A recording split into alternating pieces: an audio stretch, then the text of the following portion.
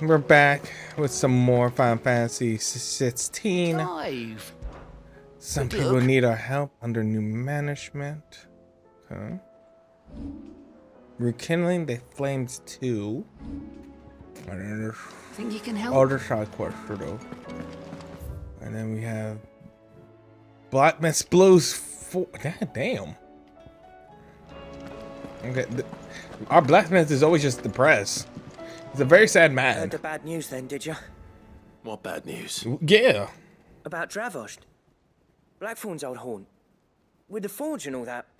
Well, anyway, the mines just down the road from there are spewing at ether like no one's business. And the village? Safe from the flood for now, but they've got other problems. Akashic. Every creature in the area is either turned or on the way to turning, apparently. Zoltan and the others are living on borrowed time. They need help, and quick. Doris sent a few curse breakers to keep an eye on things, but there's only so much a couple of scouts can do. Except get eaten. If something ain't done soon, the whole place will be overrun. Fine. I can I won't help. let that happen. Didn't think you would. Does Blackthorn know? I thought it might be better if he didn't. He'd only do something stupid. You reckon we should tell him? No. No. No. It's better this way. Yeah, well, I can't stand about knowing what's happening out there, so I'm off. I'll see you in Dravost. Okay. I'll see you there, buddy. Alright. What do you want us to do? Ah, Sid. Just the man I was hoping to see. Was I? Did you have a mo? Yes. Tell me. You need more bomb ash. Oh no, we still got plenty of that left. I'm working on bringing another one of the Chief's designs to life. This time, it's a new smelter. It's got a reverberatory hood over the top for additional thermal amplification and a system of reciprocal recirculatory regenerators that let's just say it gets very blimmin' hot. A heck of a lot hotter than anything Blackthorn's got in his forge, that's for certain. Only mithril engines get hotter, and you can't chuck ore in one of them and get metal out the other end. Trouble is, we won't be able to make out of any old rubbish neither. We need the good stuff. And I hear you once helped Helena get her hands on exactly that. Any chance you could help me too? Fine. If it's for the good of the hideaway, I'd be happy to. Oh, it is. I promise you. So, what exactly is this good stuff you need me to find? We've got a couple of examples here. Spherical echoes, we call them. More fallen materials. So this smelter is similar to the mithril engine in more ways than one. That's right. They're a bit like the thermal helms. Fallen ceramics deal with heat like nothing else, see? And what's more, they're directional, transferring heat from the inside to the outside. But these things, they're all outside. If we line the hood with them, they'll reflect the heat right back into the furnace. We've collected as many as we can, and I know where we can get the rest. Trouble is, they're all watched over by their bigger, uglier cousins. So you want me to visit some ruins, destroy some echoes, and bring back the spheres they're guarding? That's it in a nutshell, yeah. We're only 3 short, mind, and we know exactly where they are. There's one up Amber Way, in that ruin that they call Lost Plume, and another in the Silent South, over in Dalmekia. Last one is in the ruins of Advent, which is in the Empire. All right then. Wish me luck. Please. Will do. I'll be keeping all my fingers and toes crossed.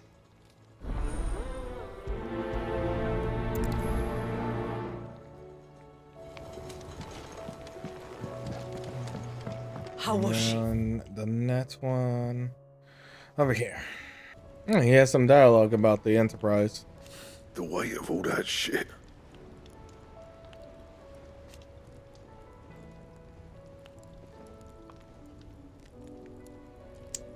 Clever girl, that one.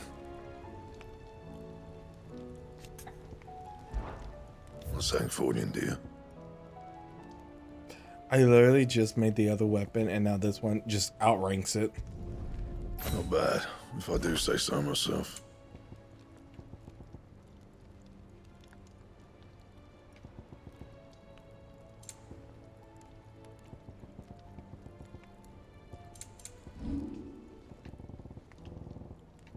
Or they made the rune blade and the other one now. Anything else? Okay. And that's how the ice burn looks.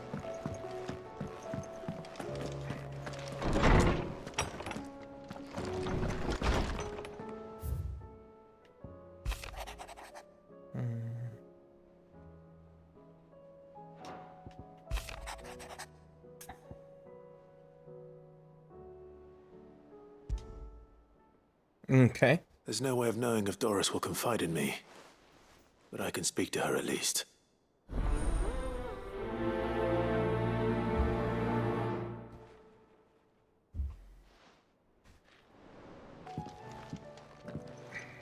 This just started automatically. Where are you? Can I help you, Sid? I'm looking for Doris. Is she here? I'm afraid not. She's at Martha's Rest on a job. My job, actually. When she heard what the mission was, she insisted on going herself. Alone. Really? Did she? What was the mission? Following up on some new information. Once they'd settled in, the bearers you helped liberate in the Dragon's Eyrie were keen to talk about their imprisonment. And about their captor. The slaver Cole's team were tracking when they were attacked by the Beastmen. I'll go and find her. She's at Martha's Rest, you say? If she's not moved on already, yes. I hope everything's all right. Why would Doris insist on going alone? Maybe Cole was right to be worried.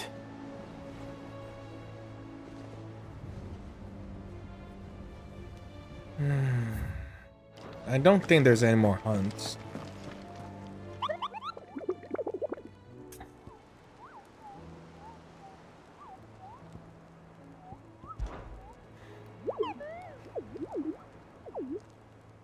Through Orcish lands.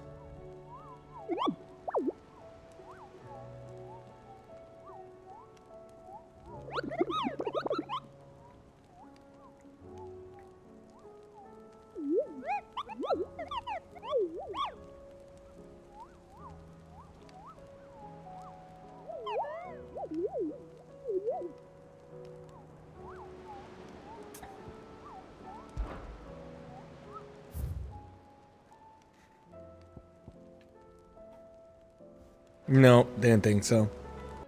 Look at this map. This map has all these different quests to do. Goddamn. Let's get Martha.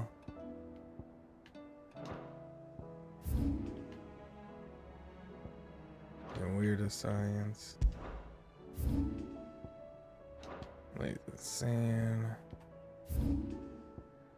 Duty Undying. Trading Places 2. Under New Management. Even Weirder Science. Alright, let's try and knock them out at the same time. What the hell?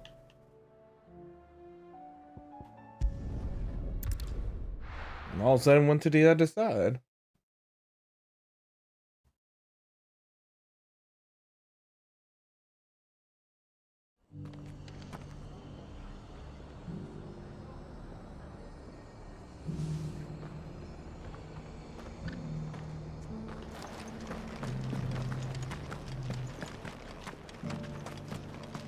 Doris should be somewhere nearby.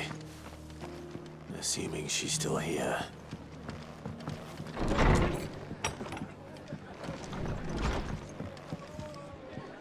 Ah, Clive, I was just about to send for you. I'd like you to take something to Sir Wade up in Eastpool. Seeds for planting. Thought it was about time they started growing their own food. I'll keep providing them with whatever they need in the meantime, of course. But if East Pool's going to survive, it's got to be able to fend for itself. As have those poor bearers. They've not lived their kidding. whole lives in servitude, but now they're their own masters. Small wonder they ain't got the foggiest how to provide for themselves.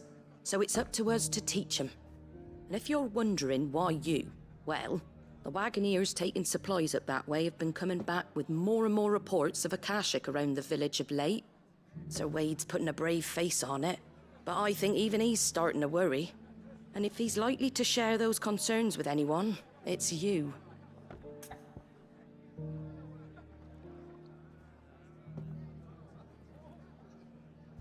All right. All right. Thanks. Wouldn't ask if I didn't have to. There. That should be enough to keep him in Gazal Greens for a few years at least. Gizal Greens. Not the most mouth-watering crop, I'll admit. But they're hardy, they grow fast, and they fill a hole. Better that than something that'll wither away at first frost. And chocobos love 'em too, which is no small thing. When I say all of us need to pull together to get Eastpool back on its feet, I mean all of us. They ain't exactly succulent, but cook 'em right, and they're just about bearable. I'll take your word for it. Anyway, Sir Wade'll know what to do with them. And if he don't, well, I'll go up there and show him myself. I'm sure you will.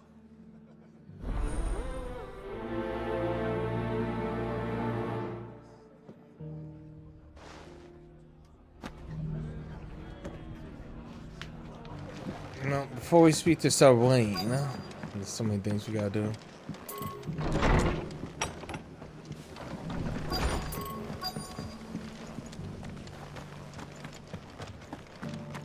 Just because the heavens have gone to reckon with it, we have to. Nearly done. Let's get this stall set out. The world seems to be changing so fast lately I can hardly keep up. But what I do know is that there's more bad... Anything catch your eye?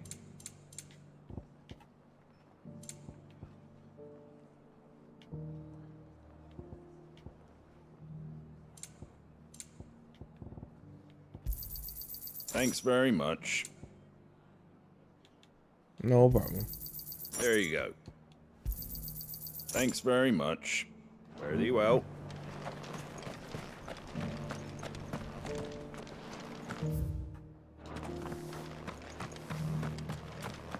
It doesn't still hurt, does it? It's been a pleasure, Doris. Just like old times. I'll give your offer some thought, my lady.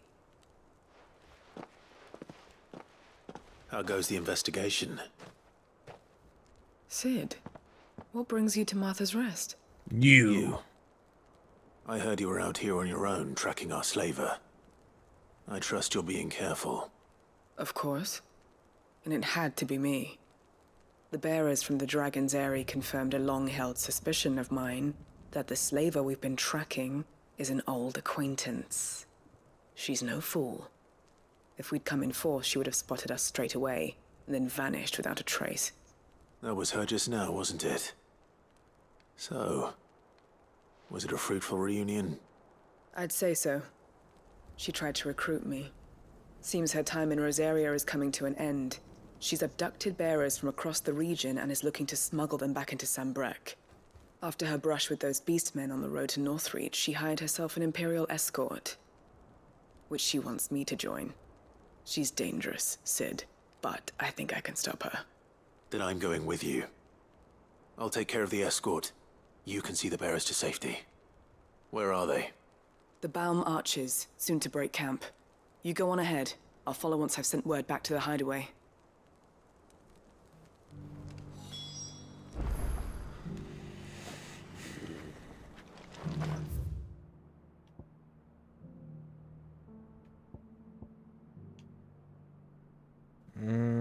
Okay, let's go to Eastern Pool.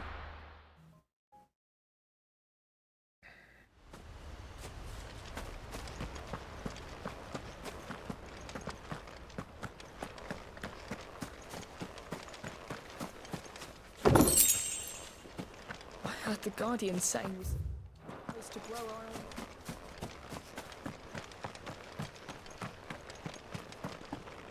own. I was about to miss it. Lord Rossfield, what brings you to Eastpool? A delivery from Martha. Here you go. These are Gizal green seeds. Martha's keen to cut the apron strings then, is she? I jest, of course. You see, I had thought we might be able to revive the old wheat fields, but they'd long since gone to seed, only without the seeds. Martha was hoping you might be able to show the bearers how to plant and tend these, so that they'll be able to fend for themselves. That's not a bad idea. These bearers had only recently escaped their bonds before we brought them here. They know little of freedom, of providing for themselves and their loved ones. Unless we teach them how to live like free men, I fear that all we have achieved in bringing them here is to exchange one master for another.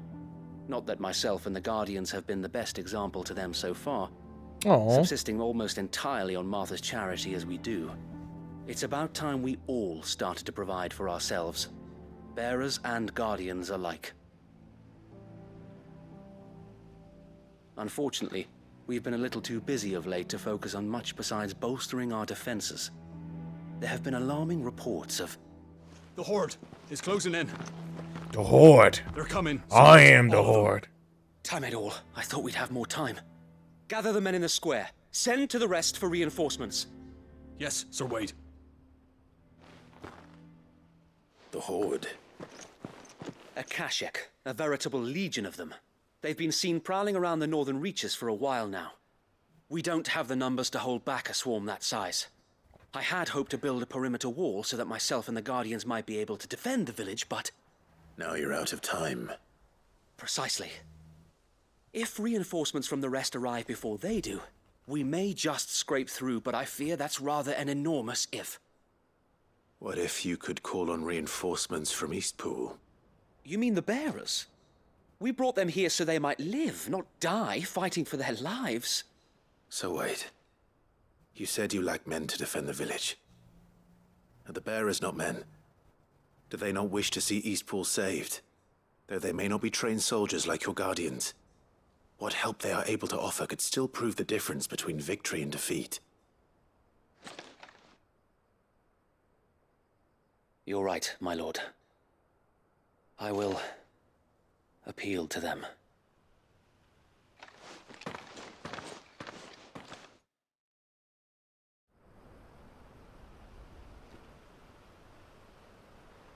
My friends, I humbly beg your aid. We Guardians are few and our enemies many. But I swear we can defeat them with you at our side.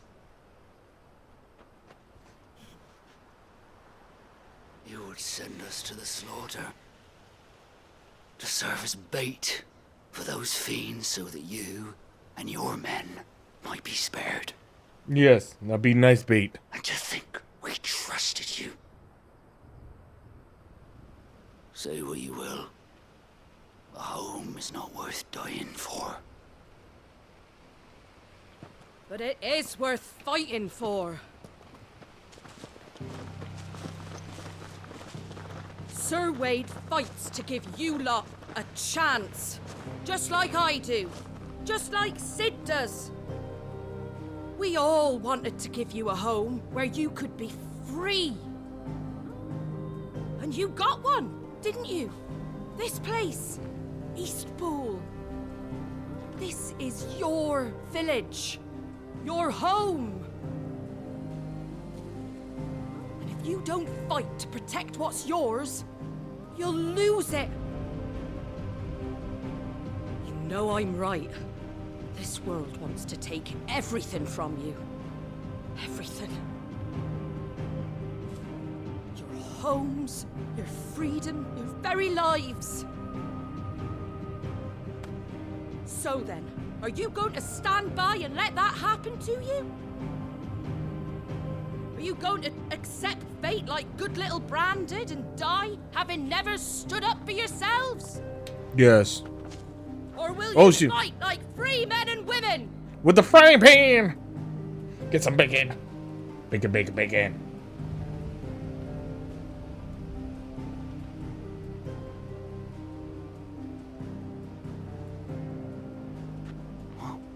What are you doing? All right. Give me a sword. I never dreamt I'd have a home of my own. And now that I have, I don't want to lose it. I will protect what's mine, or die trying. We all will. Free men and women, fighting together.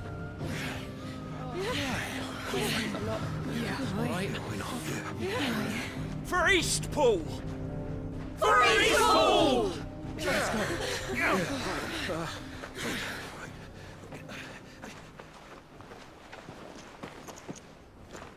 Thank you, Martha.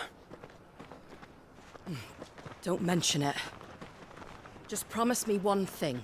That you'll show them how freeborn fight. Gladly.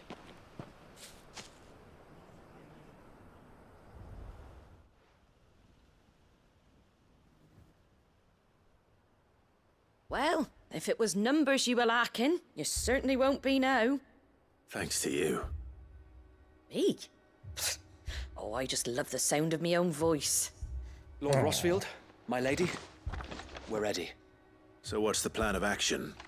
We'll divide our forces into several small detachments, each made up of guardians, bearers, and guards from the rest.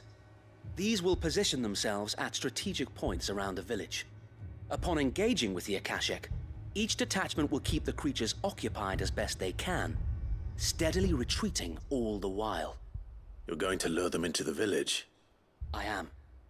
We will have neither the time nor the resources to treat the wounded, so injuries must be avoided at all costs. Instead, we will focus purely on defense at first.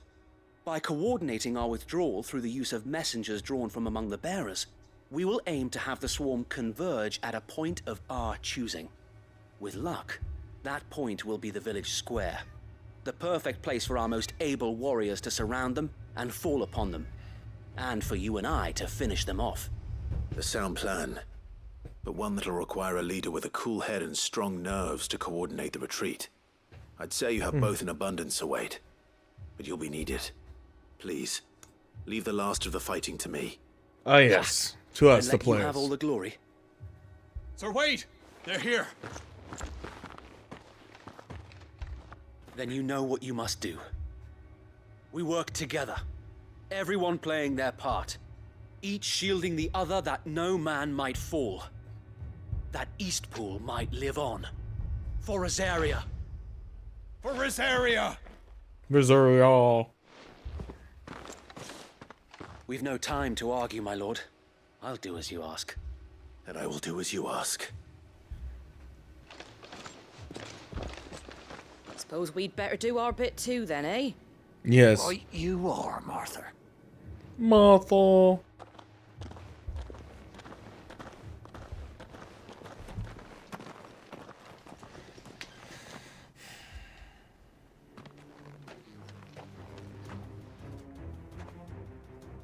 The calm before the storm. That sounds like a title for a. Oh. And here it comes. I will not let this village fall. Diamond dust.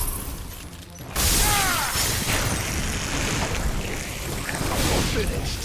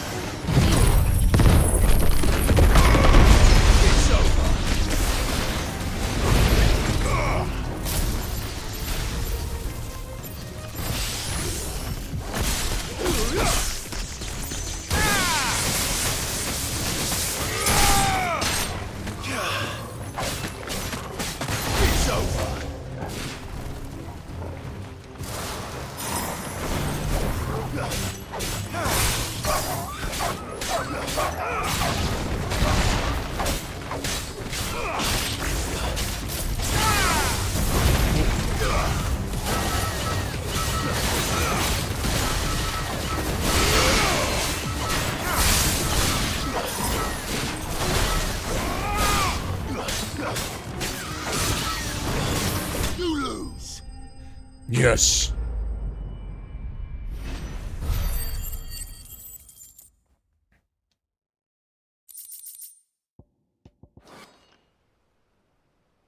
Looks like that's the last of them. Lord Rossfield, change of plan. What is it? Owl from the rest. An Akashic curl's been sighted on Rhiannon's ride and is headed in their direction. Well, the better half of her guard is here. So wait, how many Akashic remain in East Pool? Hard to say. My men are still facing some resistance, but I think the worst is behind us. I could order a detachment or two to fall back and... No. Let them finish the job. You stay here too, Sir Wade. Your men need you. I'll go after the curl. Join me only when East Pool is won. If you're sure, my lord. May the Founder protect you.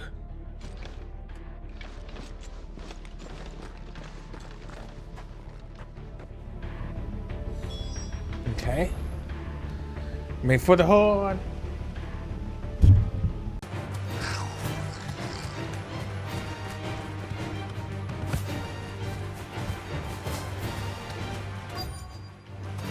Okay.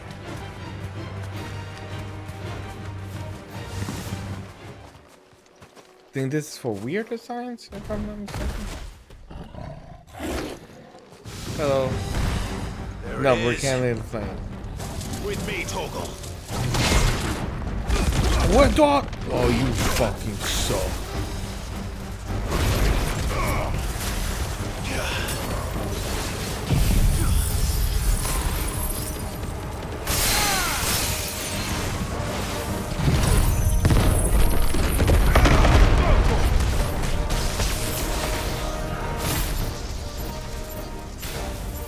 We want to go electricity for electricity, we can do that.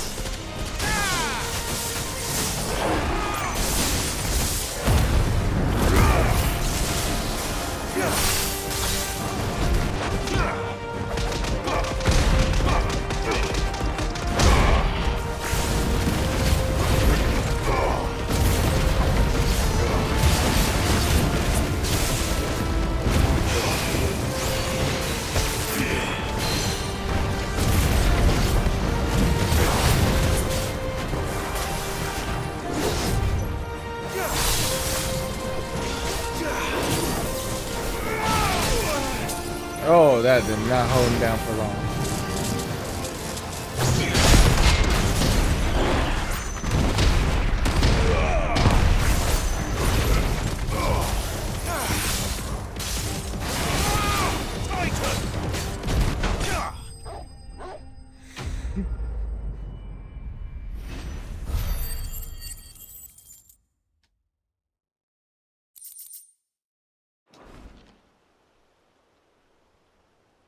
All right.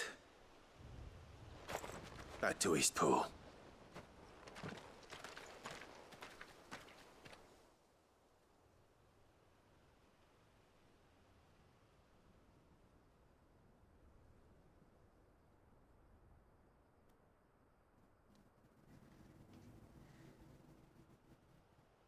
I did it. Lord Rossfield, the curl, is it? Dead. Thank the Founder for that. And for you, my lord. We were able to eradicate the rest of the Horde. I have guardians posted around the village to keep watch for further attacks, but all seems quiet for now. I hesitate to say it, but I think it might be over. I think it might.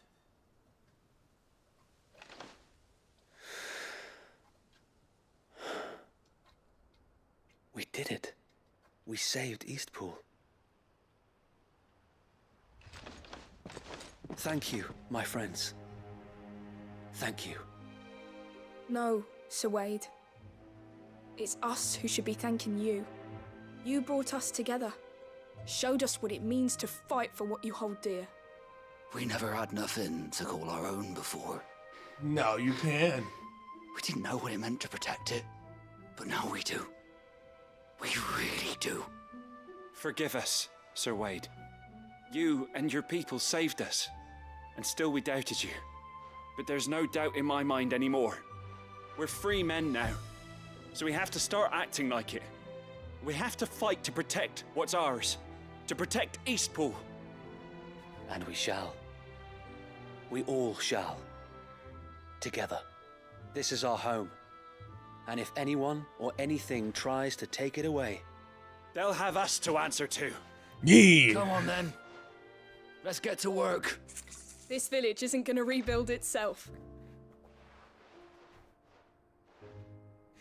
Freedom.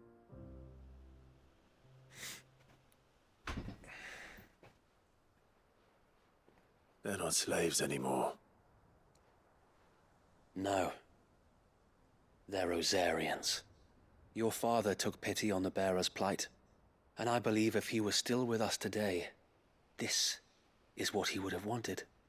I believe you might be right. I shall remain here, my lord, and do what I can to help rebuild the village.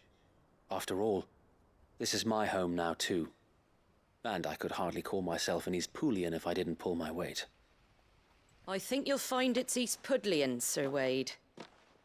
But you should be proud all the same. I'll have to pull my weight too. Can't have the rest getting outclassed. Oh. Speaking of which, I ought to be getting back. Can we continue to count on your support, Martha? Of course. And I'd be counting on yours too. Us Rosarians have got to stick together, haven't we? Indeed we have. And Clive, come by the Golden Stables when you get the chance. I ain't paid you for delivering them seeds yet. All right. I will.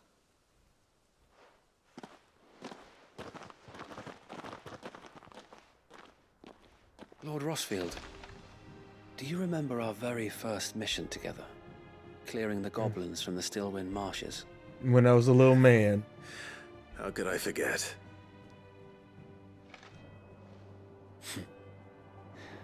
There's one sight that I shall never forget.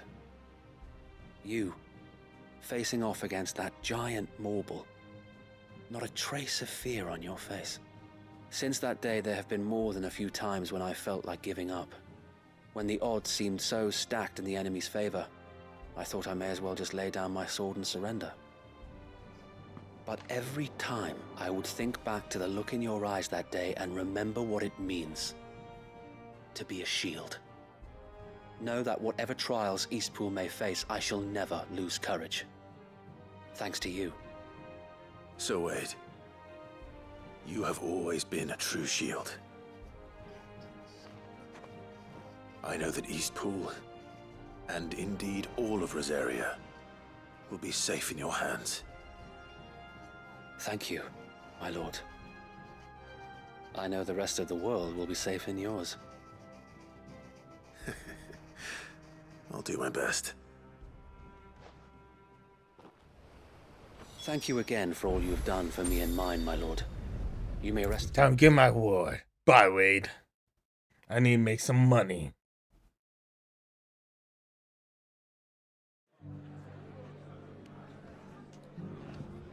The hero returns.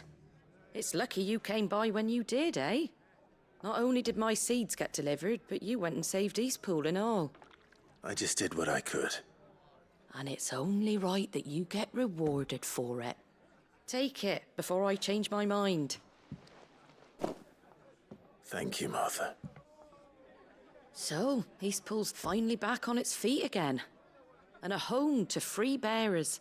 Who'd have thought we'd see the day, eh? Well, it was your idea. I know that, but I never stopped to think what it would mean.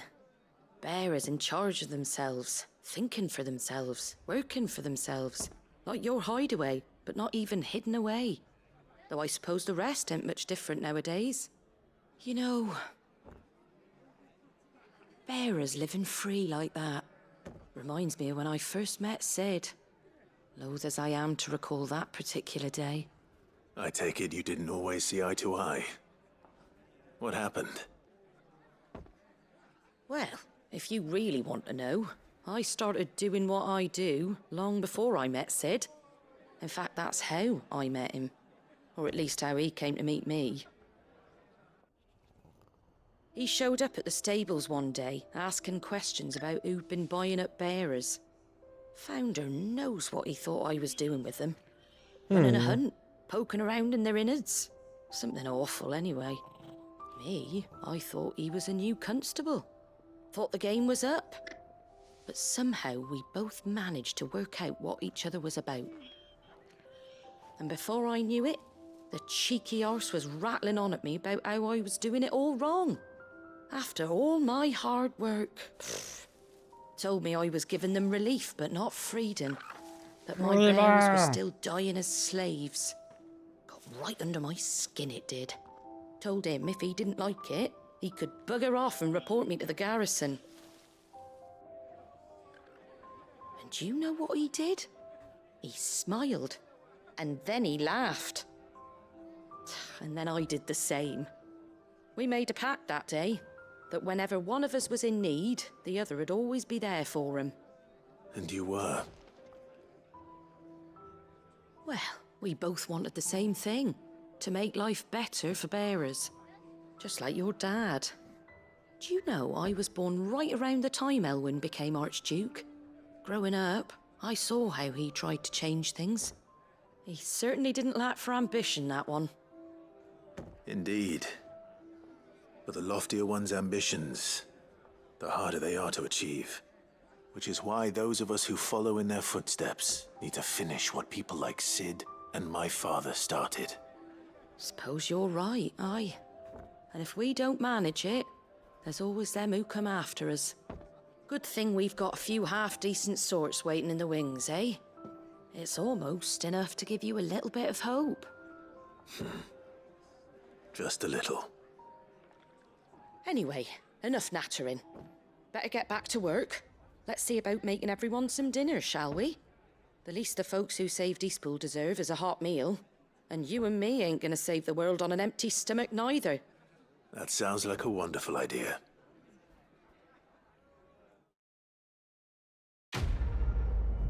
Do I get a hot meal?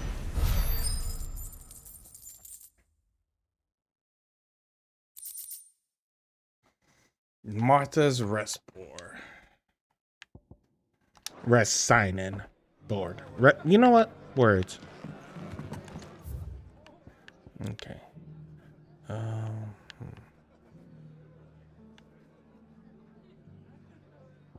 Okay.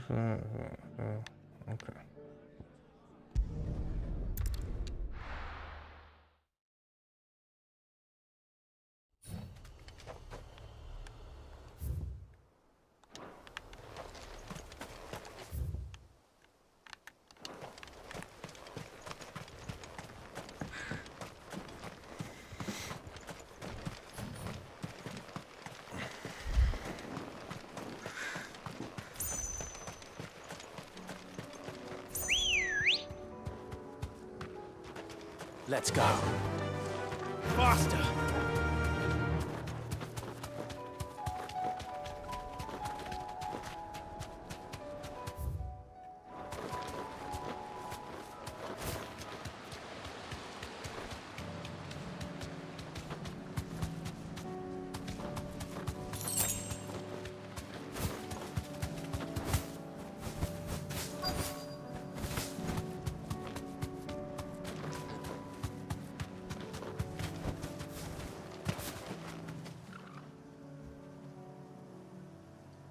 Good. They haven't broken camp yet. How did Doris come to know a slaver, I wonder?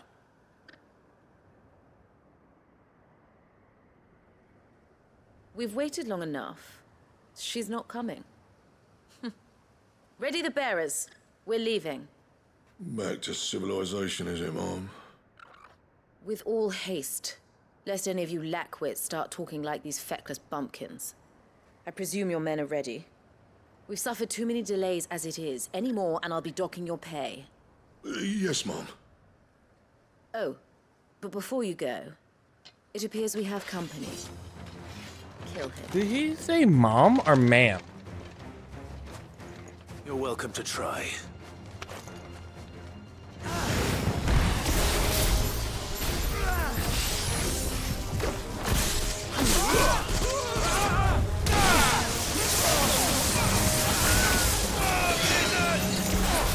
This old fun.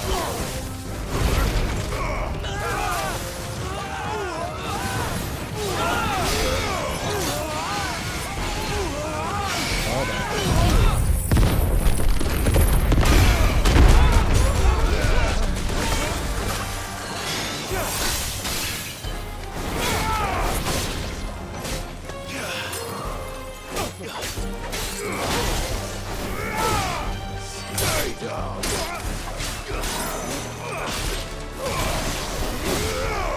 Damn, this one comes back quick.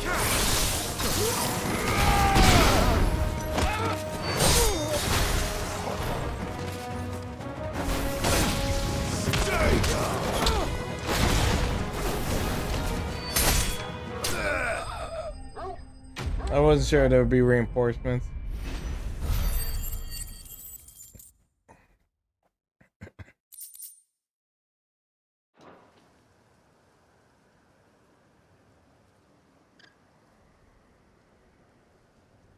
So much for your escort. You'll forgive me for not avenging my men. I'm not the swordswoman I used to be. I surrender. Do with me as you wish, Sid the Outlaw. Sid. Ah, Doris. I take it you're not here to rescue me from our brooding renegade? You know, I always wondered where you'd vanished to. But casting your lot with this criminal of all people. Better fighting for a cause than killing for coin. I'm sorry, Sid. I should have told you sooner. This woman, my former master, once trained bearer children to be weapons in service of the highest bidder. Oh. She raised me like a daughter, and I did terrible things to earn her favor. It wasn't all terrible, surely. We had our fun, too. You were always so eager to learn, and had such clever hands. All my other children took either to the blade or to the books. Always either or. But you proved yourself a master of both. That's why I kept you for my own. How about it, my little dagger? Care to swear that blade to me again? I never swore my blade to you, nor will I ever. I fight for a higher cause, to liberate the bearers of this world. Farewell, Master. Thank you for making me the weapon I am. You always were a righteous child. Perhaps that's the reason I loved you so.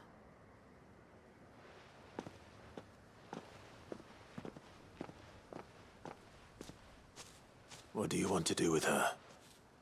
I am not the killer she wanted me to be. Not anymore. And she no longer has friends in high places. The Dame does, though. Her connections at the Imperial Court will see that justice is done. All right. If you're certain. I am. And thank you for everything. Now, I better let these bearers know that they're safe. Everybody's having some background reveal.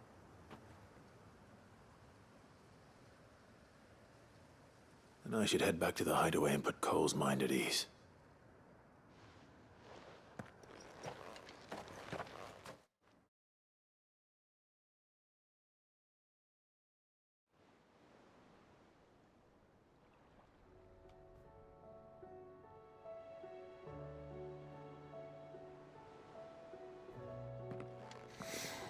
Welcome back, Sid.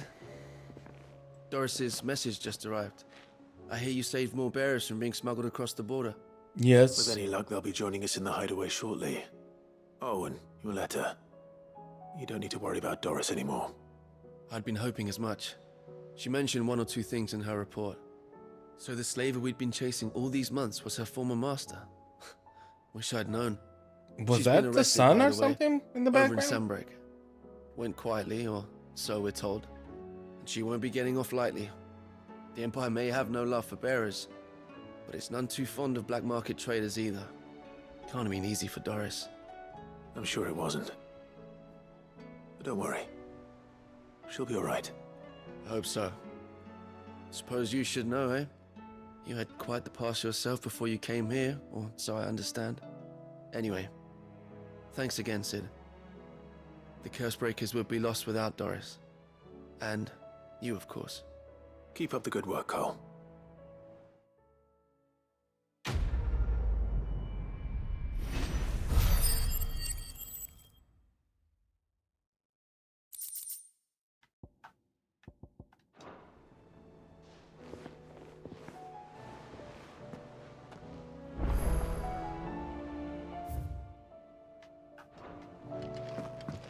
Come back.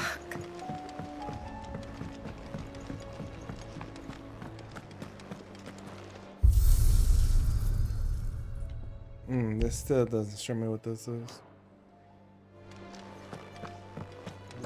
The stew's awfully thin these days.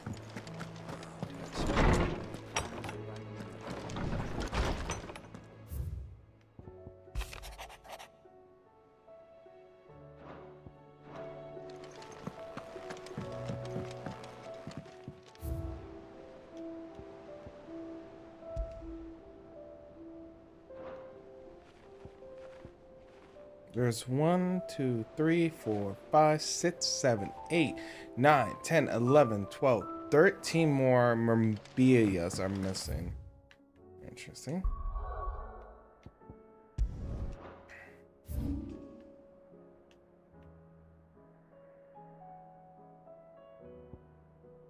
I think technically this is closer.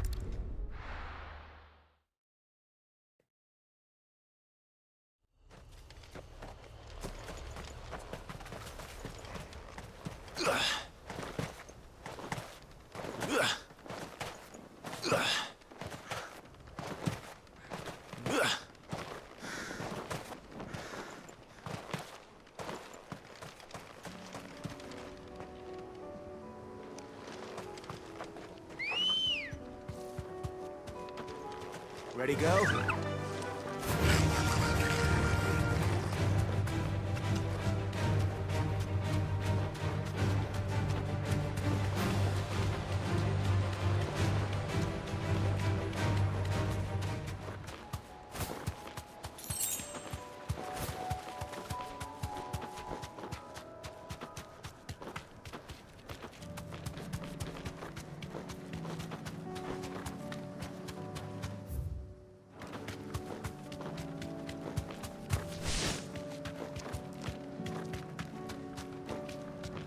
Almost there.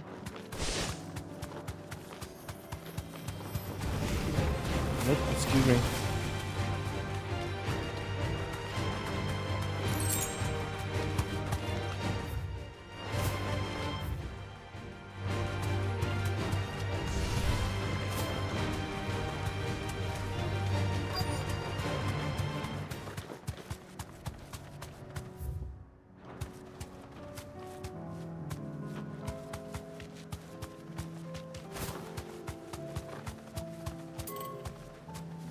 Thanks, Gal.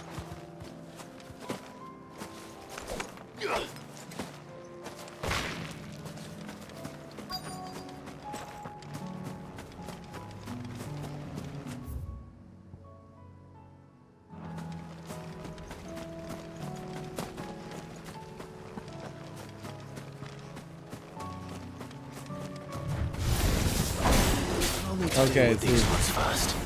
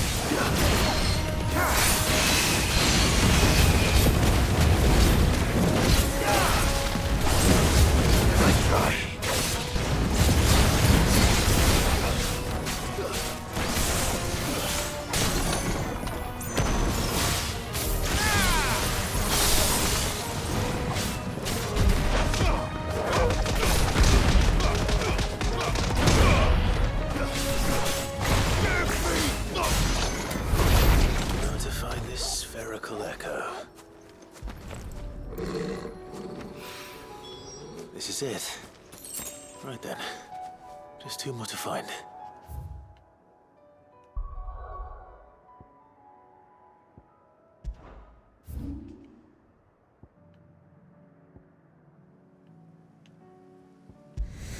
Alright, start with the change and then go for the weirder science. Being able to fight. You didn't mean them.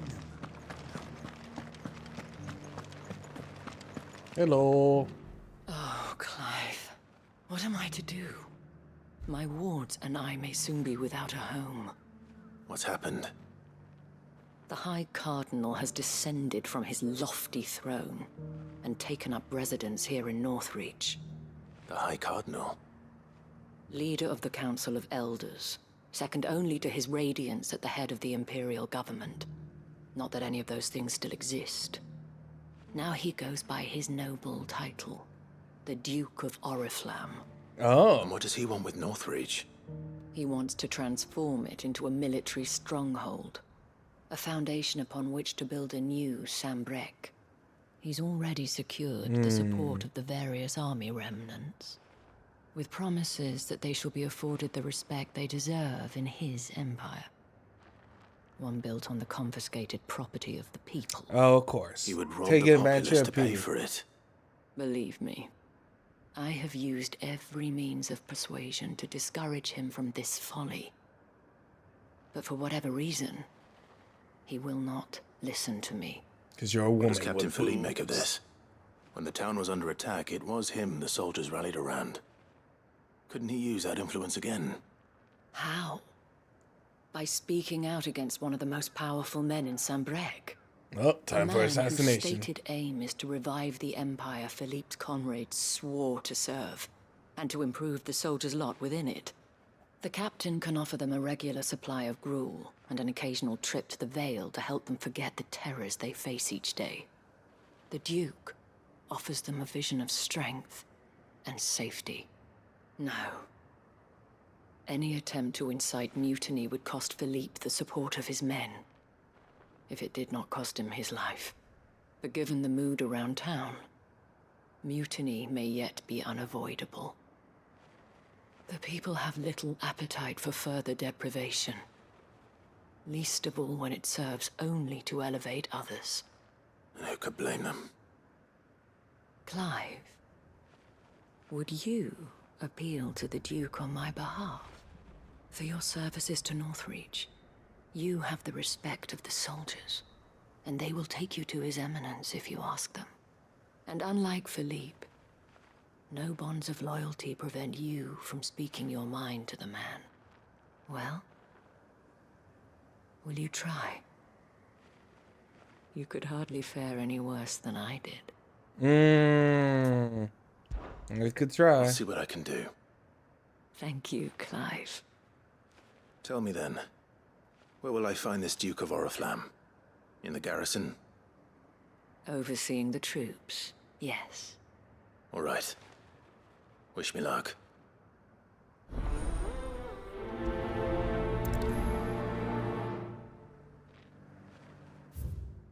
At least not far.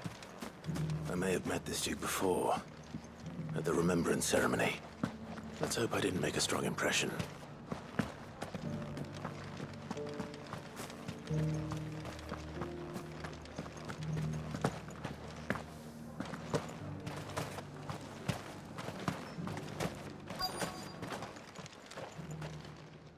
Halt! Oh, sorry about that. You're the Dame's man, aren't you? You got some business with the captain? Yes. No, actually. With What, the the Duke. Duke? I was hoping Sorry. I might be able to speak with him. We're under orders not to let any civilians pass. But you should be all right. His Eminence has heard all about you and your heroics. Wait here. I'll go and ask.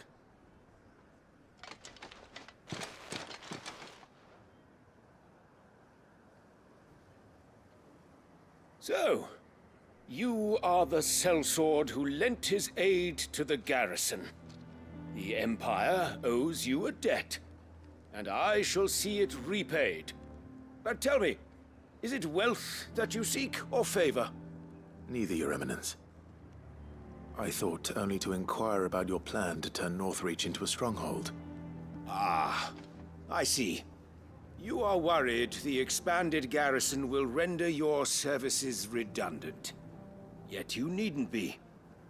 A proud fighting man like yourself shall always have a place here. Pride of place, in fact. For too long has the contribution of the noble soldier been under-reckoned. But no more. For it is they who shall see the Holy Empire rebuilt, beginning right here in Northreach. Why here, Your Eminence? The town has been fortunate enough to escape largely unscathed from the recent troubles. Her defenses are sound, and her garrison well prepared. Which is more than can be said for Oriflamme or Twinside. The Empire wants for a capital, and I believe Northreach to be the perfect place. With Caer Norvent as her citadel. Once we have seen to the refortification of both the town and the castle. Refortification, you say? Only build a wall around both to create a city that would be the envy of the twins. Would it now? Plans are already underway for the construction. Soon enough, these thralls shall learn that they are no match for the might of Sanbreque. I fear you underestimate how dangerous these creatures are, Your Eminence. Should they return in force, you will need all the people of Northreach to come together in defense of the town. Something they may be loath to do if they've been deprived of their worldly goods. Yes. The people will do as their leaders command. See, this is how you know it's a bad leader. Sanbreque is to be rebuilt. She will require a functioning government. When One you have a whose leader that authority just is wants a beyond force, question. That is why this then you won't levy get happy is results. necessary. So that any man who wishes to join the army might do so and be fed, outfitted, and paid Crazy how as this befits a fits in with defender of the certain stuff Empire. that's happening in America right now. And yet This there are fits in those who very persist perfectly, in peddling the unfortunately. treasonous lie that I seek to steal from the people and drive them from their homes. I suspect they're afraid of losing what little they have left. Precisely. Oh, random lady. The common folk have little and less, and you mean to deprive them of even that. You would sow the seeds of your new empire in your own salted earth. Sabine, we have discussed this. Yes, and I told you then how putting the empire before her citizens would lead only to revolt. Without an empire, there are no citizens. And in yours, there will be only beggars. Is that what Griga wills for her people? Do not take her name in vain, Sabine. I'll come back later. I don't know if that's his daughter or... The citizens revolt. I wonder what the people really think of the Duke's plan. It wouldn't hurt to ask them, I suppose. Let's begin with those on the other side of the wall. Oh. As long as you remain, the veil will see to your needs. You're embarrassing me.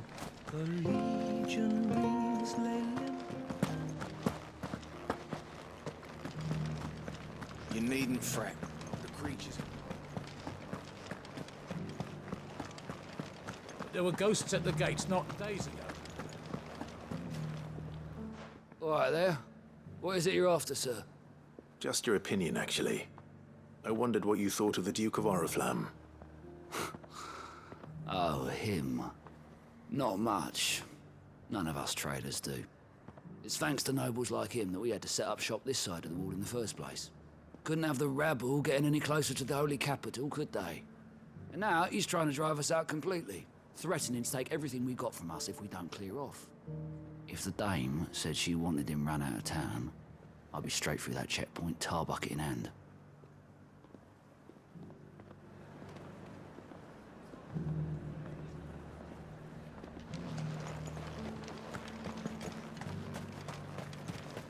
I got peppers to numb your tongue up. Alright, you're nuts. I've been hearing a lot of talk about a certain Duke. Nothing good, I'll wager. Going around acting like he owns the place. And with hardly a word to the dame. This is her town, not his. I take it you'd rather she was in charge. As far as I'm concerned, she still is.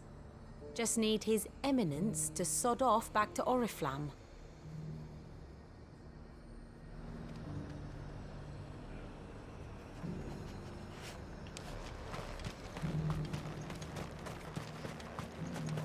I guess they're not happy.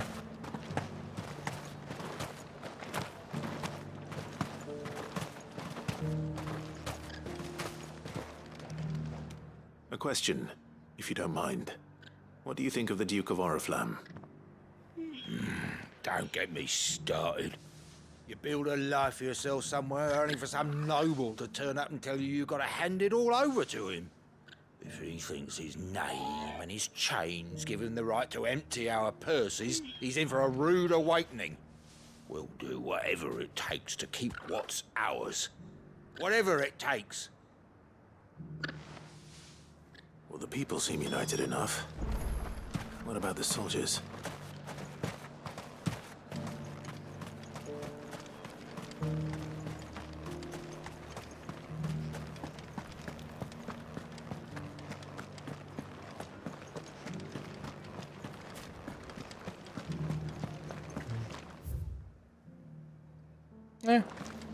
This one.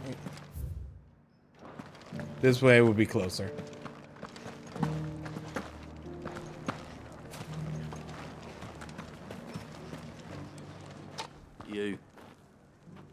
You're the one who was talking to His Eminence. On the dame's behalf, yes. I was trying to persuade him not to take the people's goodwill for granted, but it seems my words fell on deaf ears. What do you think of his plans? I'm a soldier, mate. He tells me what to do, not the other way round. Listen, I've got nothing but respect for the dame, but I've got a family to look after. That's where my loyalties lie, not with the town or the Empire, but with my wife and children. If the Duke can get us cement and the equipment we need to fight off those blue-skinned bastards, I don't care how he does it.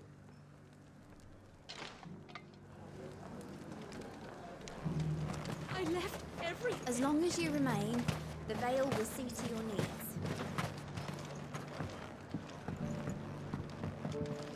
Seriously. I hear the Duke of Oriflamme plans to turn this town into some sort of fortress. Do you think that's a good idea? It's not for me to say. All I know is that unless the Emperor orders me otherwise, His Eminence's word is law. Look, no one likes all these taxes and tariffs, but empires don't come for free. Once Sandbreck is back on her feet, we'll all reap the benefits.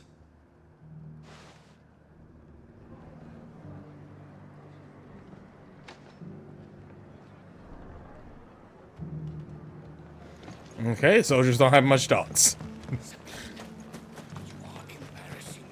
You're still embarrassing me, lady. You embarrassing yourself?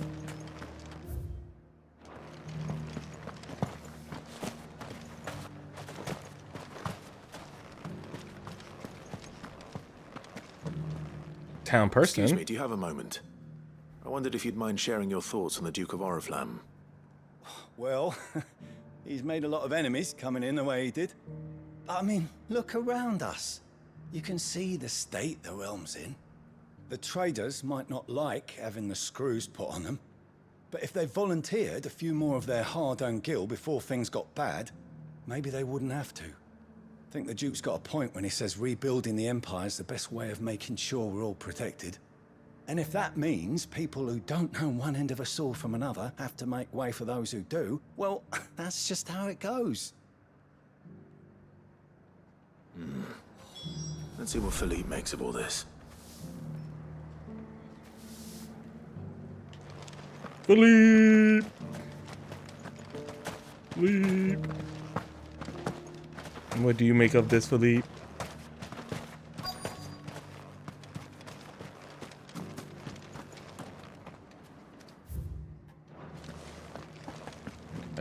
I was like, is he gonna be on a chocobo?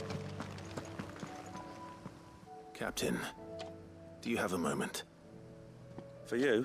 Certainly. Clive, wasn't it? Thank you for last time. How can I help you? I wanted to ask you about the Duke of Oriflamme. Do you intend to go along with his plan? But to tell you the truth, I'm in two minds. It's my sworn duty as a captain of the Imperial Army to obey his orders. But I can't say I agree with him.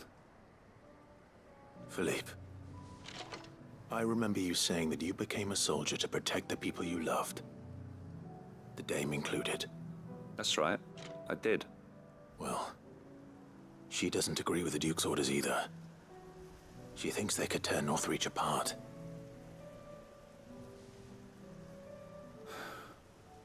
And she's probably right. Thank you, Clive. I know what I need to do now. Protecting the people I love is what matters. Doesn't matter how. Well, duty calls, so I better go. Thanks again.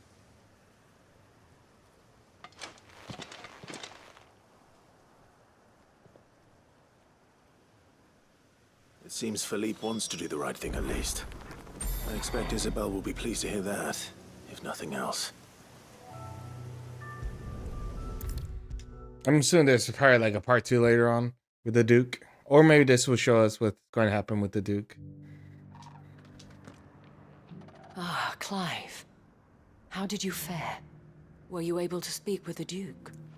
I was, but...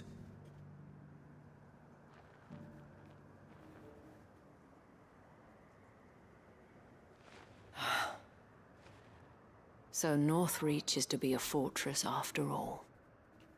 Well, it will certainly help to hold back the thralls. There's no denying that. Though I doubt it will come as much consolation to the townspeople whose worldly goods are confiscated to pay for it. They deserve to be heard, Clive. To have a say in this new empire the Duke means to build. Sadly, His Eminence values their obedience more than their opinions, and hopes to reassert the authority of the state. I fear he sees the people as mere pawns on his chessboard to be sacrificed for the greater good. Needless to say, they themselves are of a different opinion, and would rather their destinies were in your hands. The soldiers, meanwhile, are content to follow their orders. And not just because of the Duke's rank, but because of his vision. I thought as much. Had I sworn to protect Sanbreque, I dare say I too would want nothing more than to see it rise from the ashes. Thank you for trying. But the battle is lost. I don't know about that. What happened to your uniform? I handed it in, along with my resignation. Oh. Told the lads I wished them well, but that I owe it to those I love to call it a day. But why? Because I realize what really matters to me. Not following some nobleman's orders for the sake of it, but protecting what I care about. Protecting Northreach. I honestly don't know when those monsters will return, but I'm certain they're not finished with us yet. And when they do come back, we need to be ready for them. We need to stand together, all of us. And with you to lead us, milady, I reckon we can do it. It was you who finally convinced me, Clive. There's no point following orders if they go against everything you believe. Indeed. All of us, standing together. That has always been Northreach's best hope, and one which still lies within our grasp. We have only to turn our attentions to the true enemy. Thank you, Philippe, for showing me what I must do. Anything for you, milady. Speaking of standing together, would you mind if I borrowed a few of the lads from the Vale to help keep watch around the town? I fear His Eminence has loftier tasks in mind for the guard. Not at all. Be my guest. Wouldn't be the first time.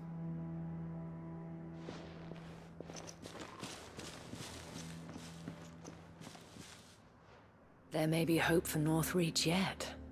Especially with men like you and Philippe to champion our cause. I, for my part, shall continue to work upon the Duke, in the stubborn belief that I might still tempt him into joining hands. But I suspect I shall have to call upon your aid again. Until then, Clive. Until then? Yep, this is just part 1.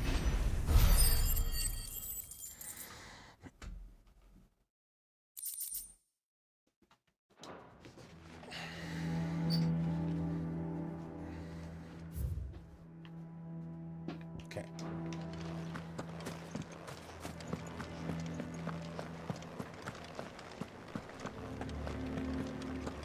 Those things I said before about not being able to fight. There were ghosts at the gates not days ago. Alright, then we gotta get all the way down there. Okay, look who's here. Oh,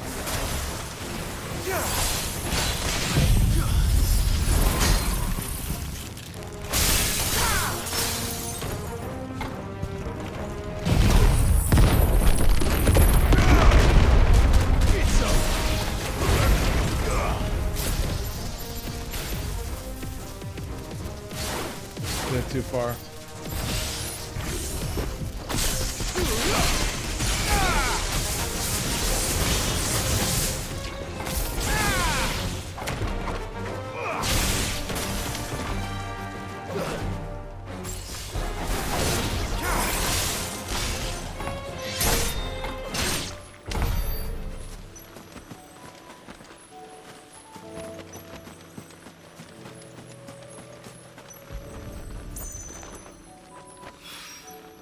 Two down, one to go.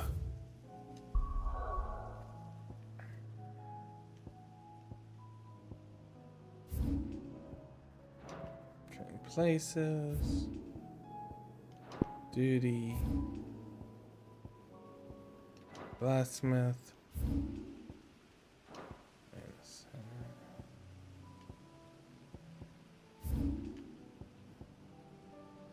Weird signs.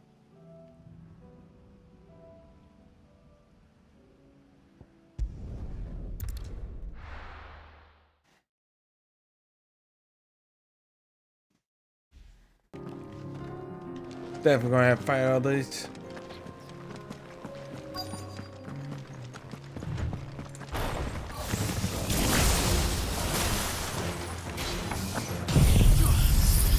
Diamond dust.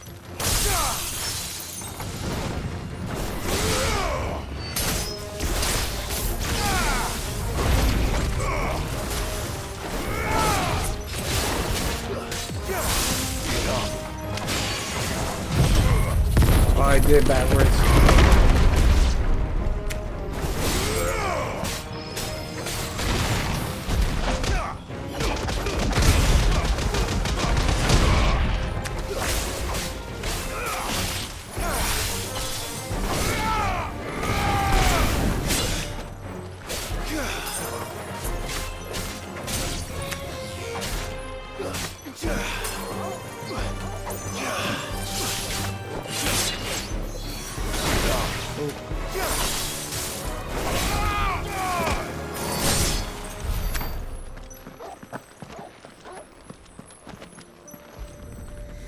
Last one.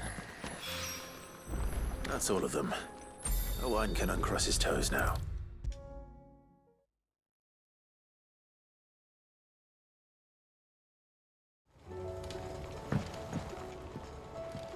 Ah, Sid.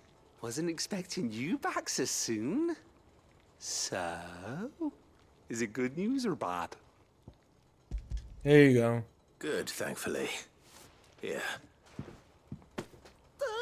That's brilliant! Thanks a blimmin' million! I'll fit 'em to the smelter right away!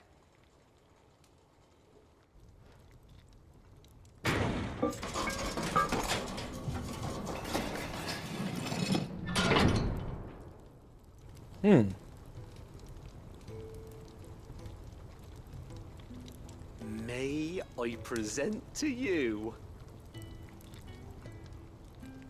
the Telemon Furnace! Ain't bad, is she? She's a beauty. You saved my bacon again, Sid, and I ain't about to let your good deed go unrewarded.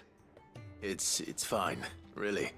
My bag's flexible enough already. No, Clive, do not Oh, do don't not say that. deny him. I'm sure I can make a few improvements to it yet. You could just buy me a bigger... How about that clasp? Looks a bit stiff. Reckon you could loosen it up and make some more room? And I reckon I know how. With a new alloy we've been working on. The Telemon furnace was just what we needed to perfect it. It's a metal, see? So it's lovely and strong, but it's also, well, stretchy, if you can believe it. Yeah, I can believe Stretchy that. metal. Well, if you insist. That is the spirit. You'll love it, I promise. Or else, your money back.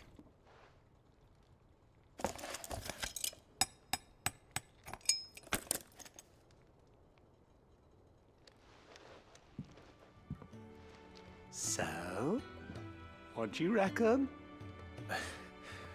It's actually quite ingenious. Thank you, Owain.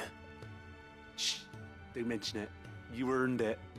And I wanted to get some practice in using that metal anyway. Reckon we'll have all kinds of uses for it around the hideaway.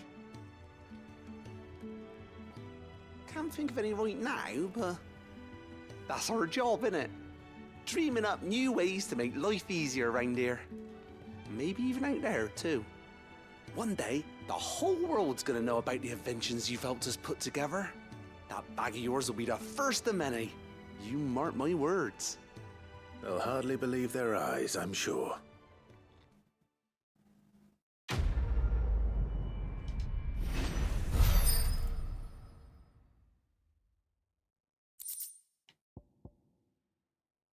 Oh.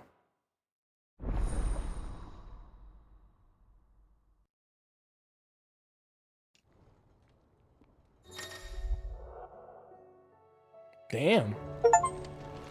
With 2Ds, upgrade consumable to maximum. Okay, that's an achievement.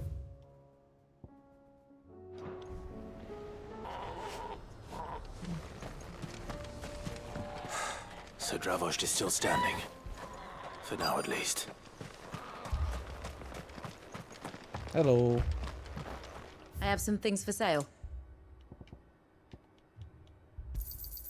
Here you are. Thank you. Certainly. Thank you. May we meet again.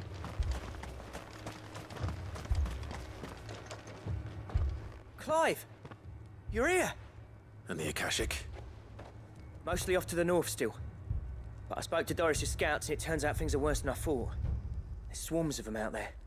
Told old Snotty to be ready to seal the north gate. That should buy us some time if we need it. Enough for the villagers to barricade themselves inside their homes at least. Well done. Welcome back, Sid. Hello. I'd never have guessed, you know. Not if August hadn't let slip. Who'd have thought that the savior of Dravost would turn out to be the realm's most infamous outlaw? Keen to help us out again? I am. Thought you could sneak off without me, did you? He has the power of a hammer. Oh, what are you doing here? One of the scouts couldn't keep his voice down. Unlike my best mate who didn't think I deserved to know. Zoldan, how long's it been? Long enough for us two to turn into a pair of old codgers, I see. That your idea of an apology? Prick. Don't listen to him. You only did what you thought was best. For the village and that. I did, yeah. But that ain't the whole of it. Vulcan, our master, didn't leave the chiefdom to the two of us. He left it to me. The best blacksmith in Dravost, barring himself, of course. Bloody stupid tradition, in my opinion. If someone's got talent, you should let them practice their craft, not ask them to settle petty feuds and barter for grain. Our master wasted half his life that way. I wasn't about to let that happen to me. So you wasted half of mine instead? You're what Dravost needed. Under me and my precious ideals, this place wouldn't have lasted a year. So I left to devote myself to the work and spare you lot the consequences. I may be a selfish prick, but I only did what I felt I had to. What you had to do was your duty! Even if it meant we all starved? Enough. Stop This is no time for fighting. bickering. You can finish beating each other up once Dravost is safe. Fine. I've said my piece anyway. Yeah, so have I. Sorry, Clive. I shouldn't have stuck my nose in.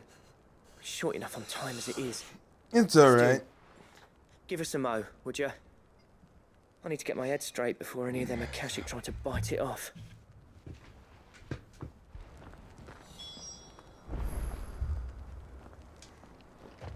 You, ready for the off, then? Yes. We can't afford to waste any more time. Right you are. Might be worth having one last word with the scouts, though. Don't want any nasty surprises, do we? Oh, and Blackthorn, you and Zoltan might be better off staying inside the... Akashic on the move. No, never mind. Speaking about close are this they? scout. Within sight of the walls. And there are more coming up from the mines. What was I saying about nasty surprises? They'll wash right over us if we stay out in the open. We're pulling back behind the gates. Good idea. Get yourselves inside, but keep your weapons handy. Understood.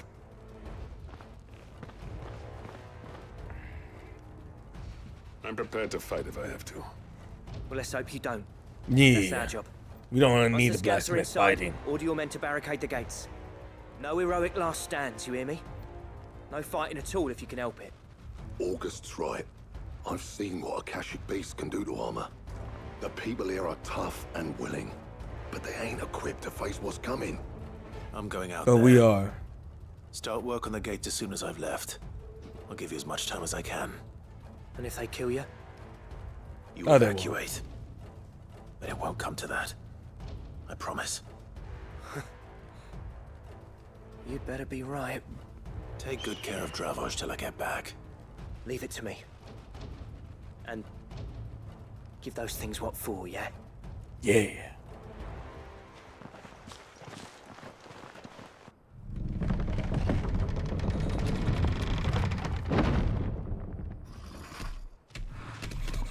What's that? Is that a bull? All right. Which one of you's first?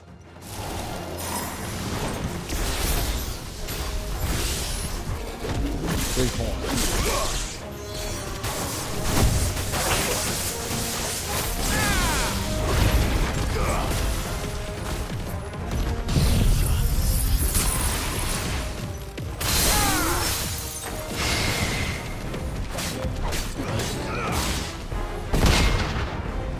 Zawado!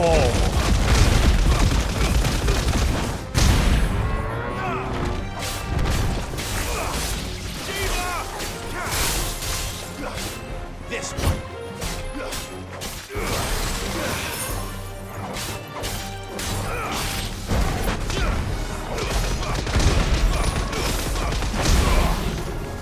Nice try.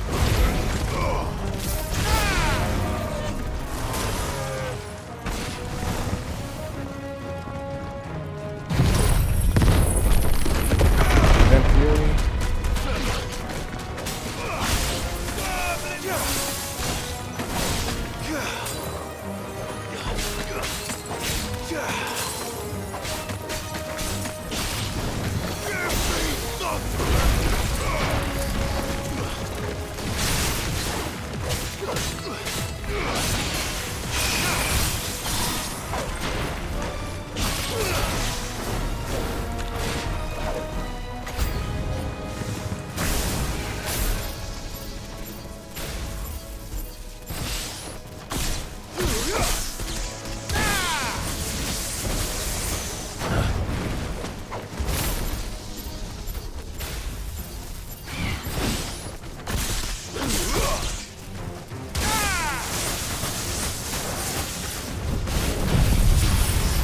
Oh, I think it's just trying to blow dust at me.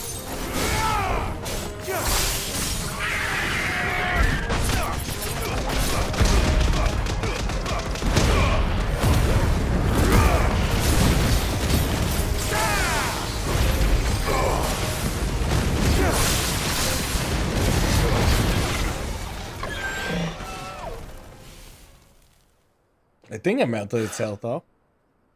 Is that it? Apparently not. Chimera.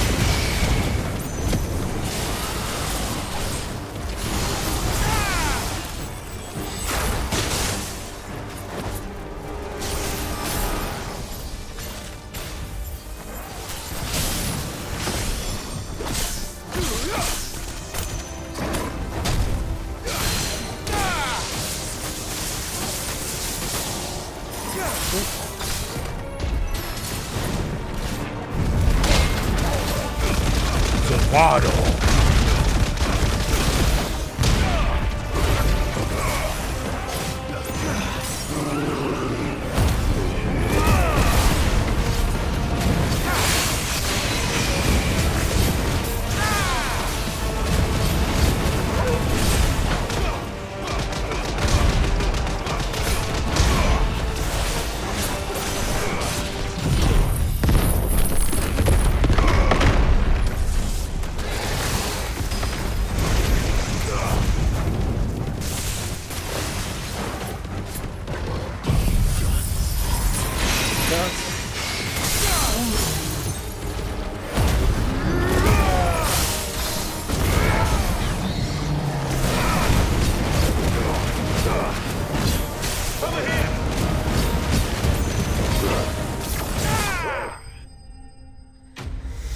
Nice. Enemy slain.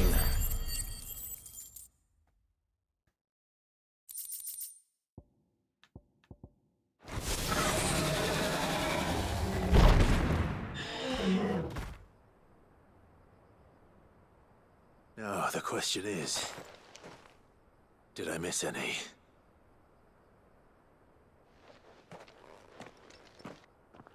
Man alive! You're still in one piece! Of course. I slew as many as I could. As many as I could, he says. The old bleeding lot, more like it. Well, almost. Only almost. Yeah, one or two did try to sneak over the wall.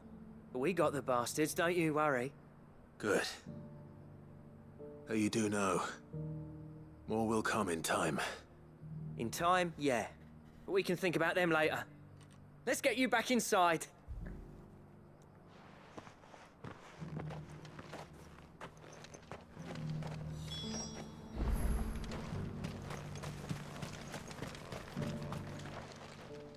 Sid, you're even more fearsome than your reputation. Thank you. Enough to give those Akashic monsters nightmares. I almost felt sorry for the wretched things. But mostly, I felt grateful.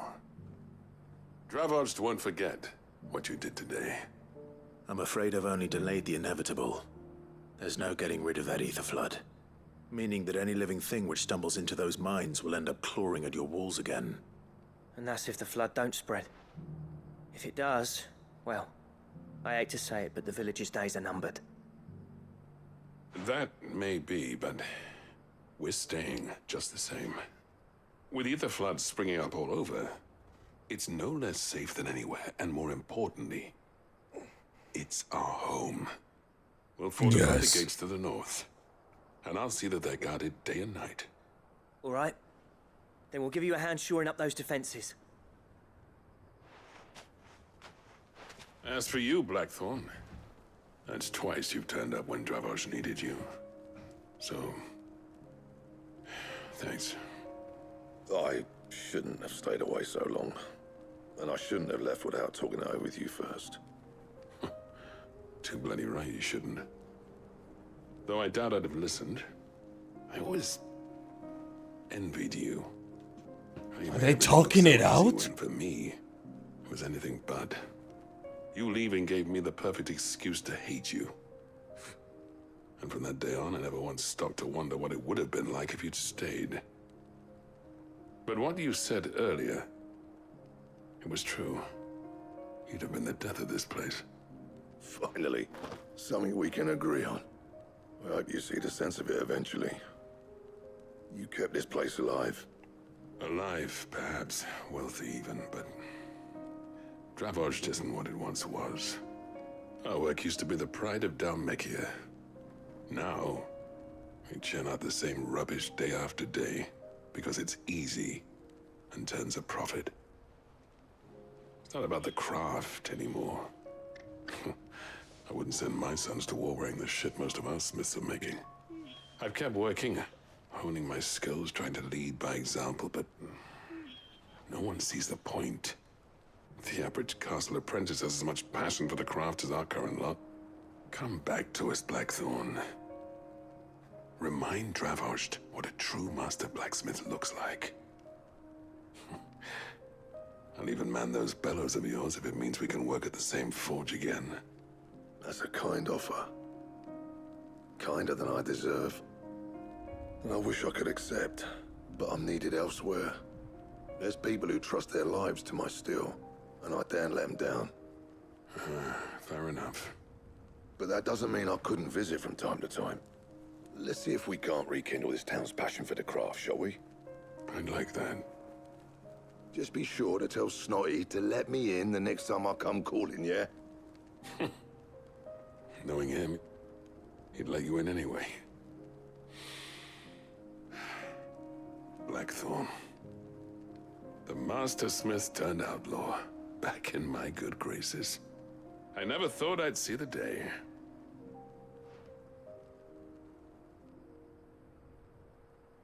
I'd say that went pretty well, wouldn't you?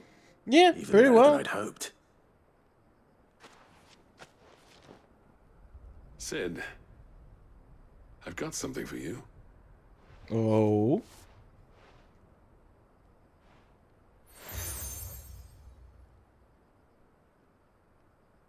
And this is? A token of our lasting gratitude.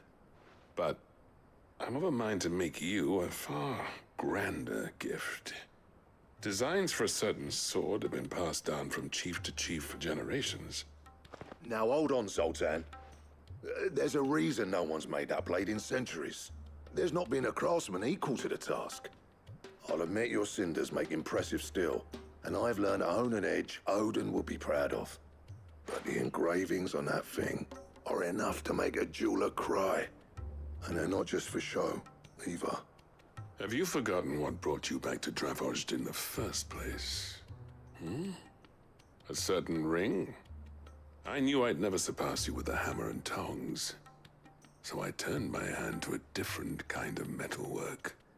Between the two of us, I'd say we're the equal of any master craftsman ever to have graced a forge.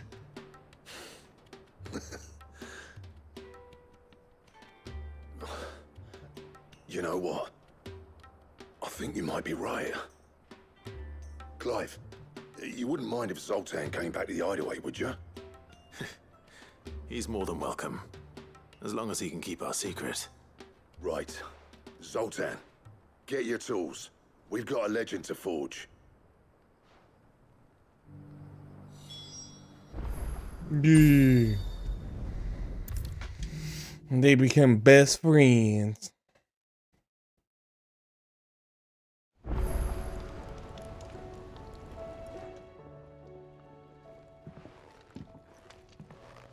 Ah, the man himself. We were just about to make a start on that sword I promised you. It's funny, but none of this would have been possible without your help. You remember Camille? We'll be using his Why is leatherwork this for the grip. so intense? The steel, meanwhile, will be tempered in a fire, burning the cinders you charmed out of old Zoltan here. And that whetstone from the Outer Isles, that'll be what gives the blade its edge. And the final flourish will be my talented colleagues' engraving. A team effort led by the greatest blacksmith alive. Now, save that talk till the thing's finished, yeah? Right. I'm ready if you are. To the bellows it is, then.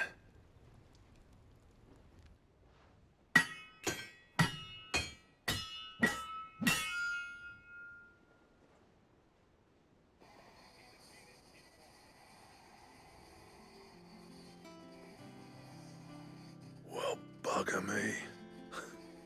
We actually did it.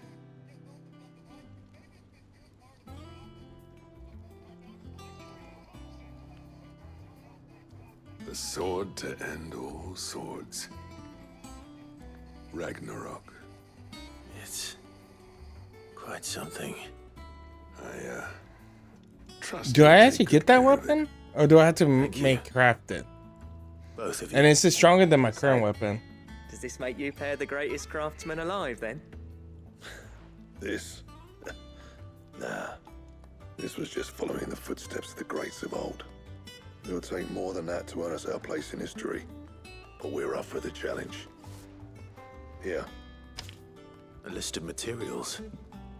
Zoltan and I got talking on the long road back from Dravost. We reckon with those items there, we could craft something even better than the Ragnarok. Something worthy of a legendary outlaw like yourself. That's a weapon I'd like to see. You leave this list with me. I was hoping you'd say that. One legend at a time, eh, lads? Before you start on the next, who fancies raising a cup to friendship reforged? Good idea. No more drinking to forget my past. It's about time I had something to celebrate. Then tap the kegs! Vulcan's boys are on their way! Yeah, friendship.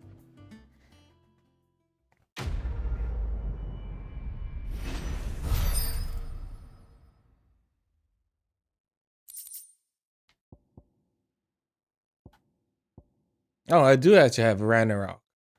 Okay.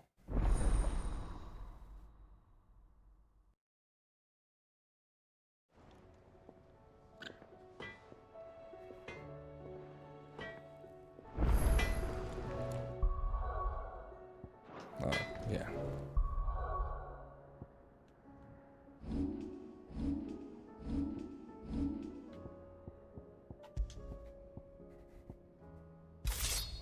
Quite a bit stronger.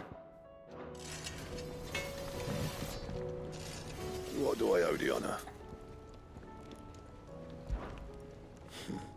I never thought me and Zoltan would ever speak again, let alone work together. And if it hadn't been for you, we wouldn't. You've been a good friend of me, Clive. The best. Yeah. What do you want? I want to see what Thursday down.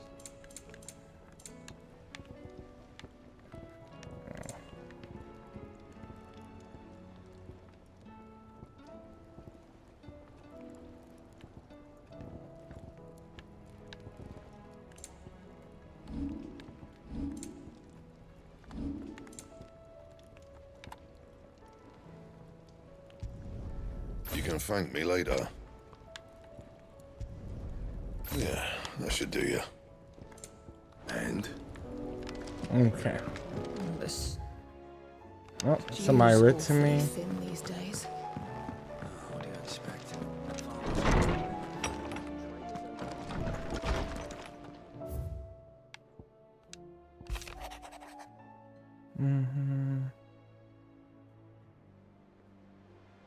Oh, okay.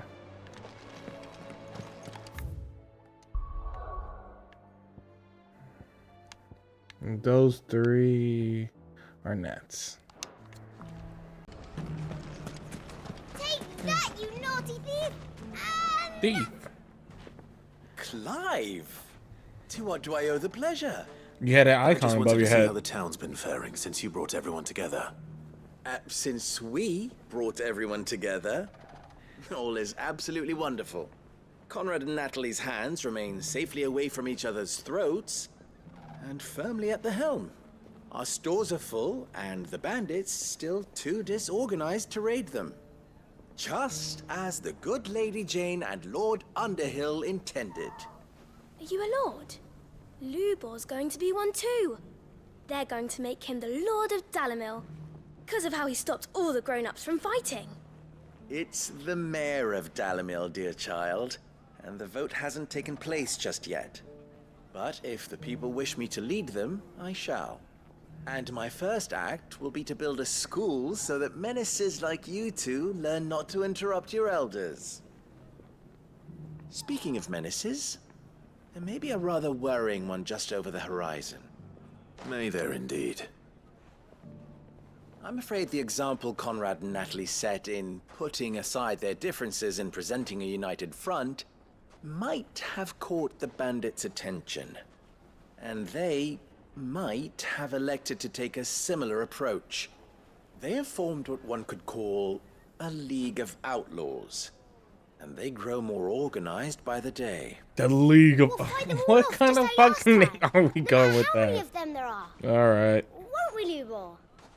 Of course we will. If we continue to work together, we can overcome any challenge we choose to face. The longer we avoid facing this one, the more difficult it will be. Until the only way to overcome it might be to run for the hills.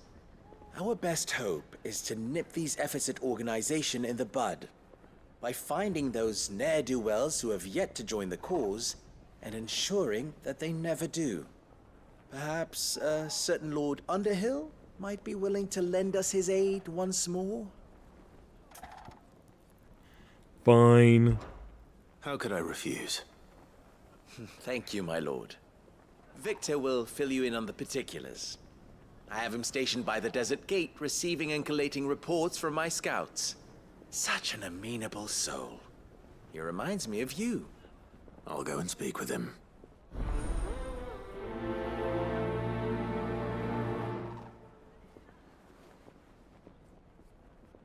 What's the difference between a lord and a mayor? That's easy. One of them swings a sword, the other forges them.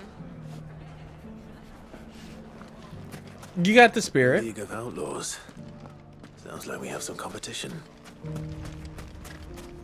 I mean, I wouldn't say the mayor forges them. Still in Dalamil, Victor.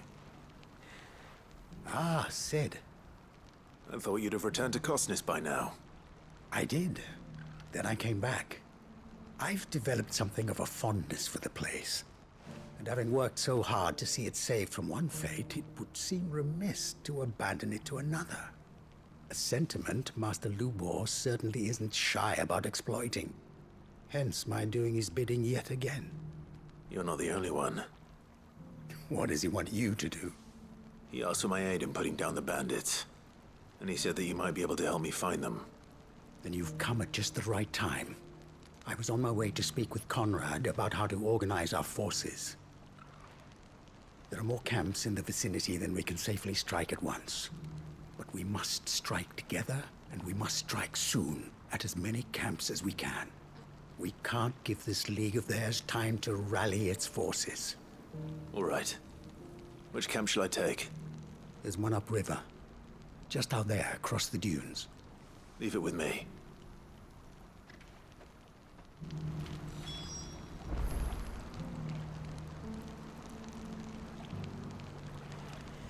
How far? Not too far.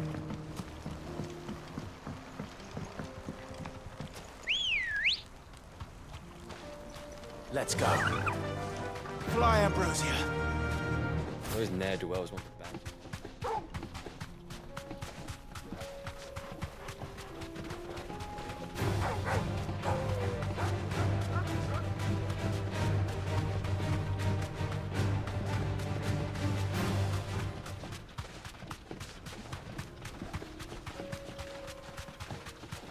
Wee. That must be the camp Victor mentioned. Come on then, Toggle. I'm sure we can peacefully talk to him. That's him! The one who killed Lot and Fingers. Damn. Well, never mind. Take his head off!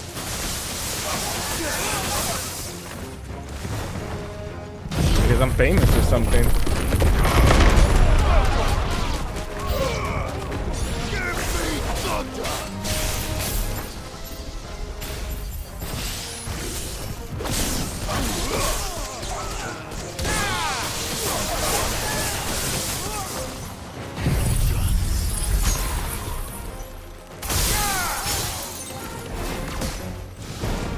You just hit me with that.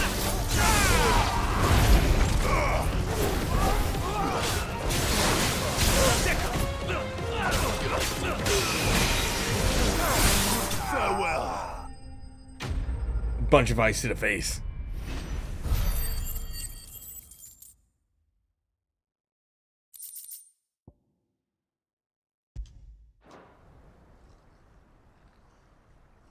I'd better let Victor know.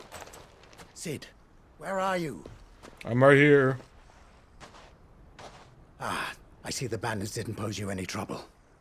No, but that's not why you're here, is it? No. Something's happened.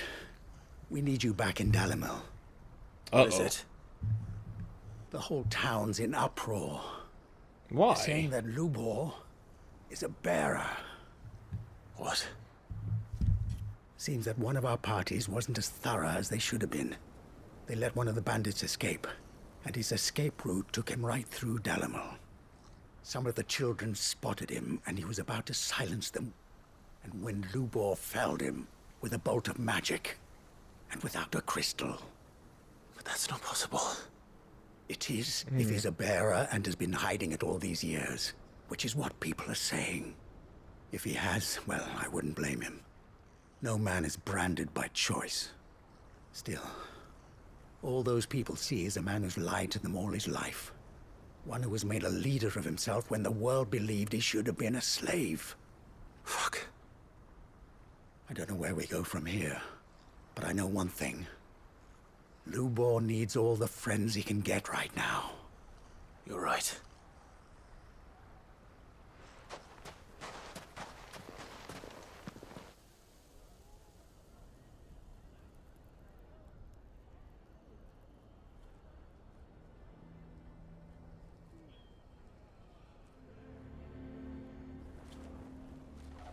And now everyone knows. I made it a habit to keep a crystal close at hand for just such an occasion. And when that occasion arose, I forgot to reach for it. Well, it was bound to come out sooner or later. We're sorry, Lubor. We tried to keep running, but we just couldn't anymore. There's nothing to be sorry for.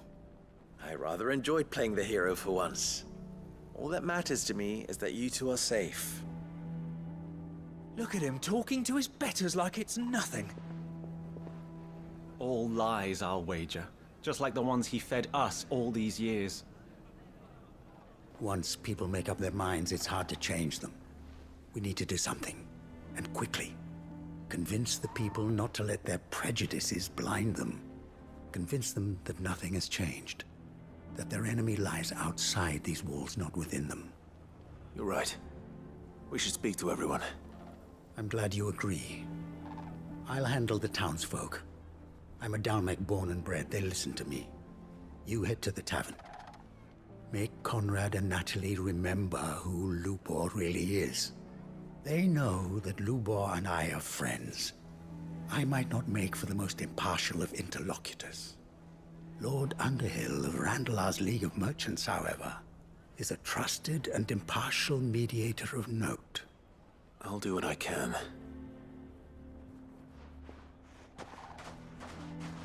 Lubor, stay here with the children. I can't promise anything, but we'll try. And that is all I can ask of you.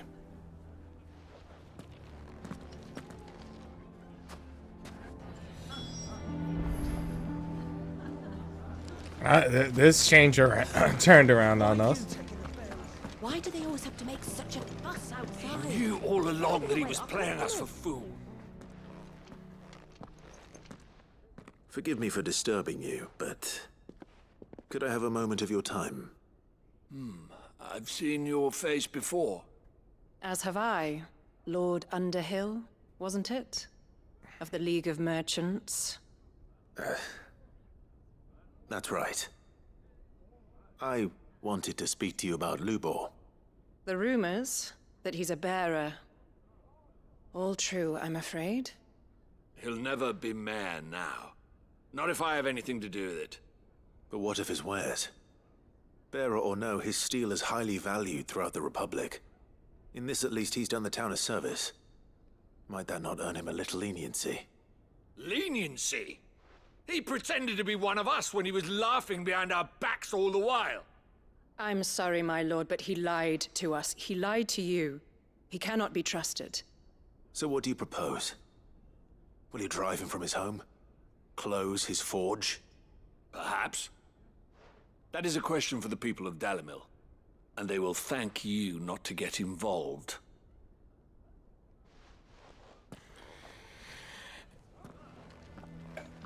You know, for people who are laughing, I don't know. People are so dumb. There was nothing I could do. Nor I. Conrad and Natalie refused to consider anything but their own wounded pride. You never know. Once their anger is cooled, they might see things differently. For now, we should report back to Lubor. All right.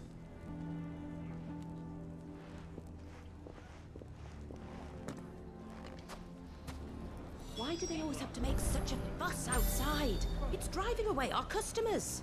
I mean, he's right there. I don't know why we gotta teleport back.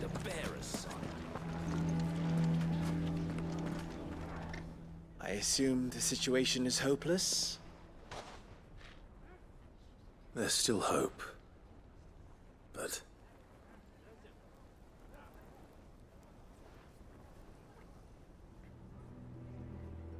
But perhaps not in this lifetime, I think it's fair to say.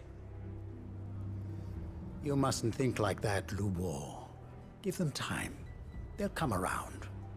We'll talk some sense into them in the end, you'll see. No, you won't. And your efforts would be better spent elsewhere. But Lubor... Rosina would often tell me that steel does not lie.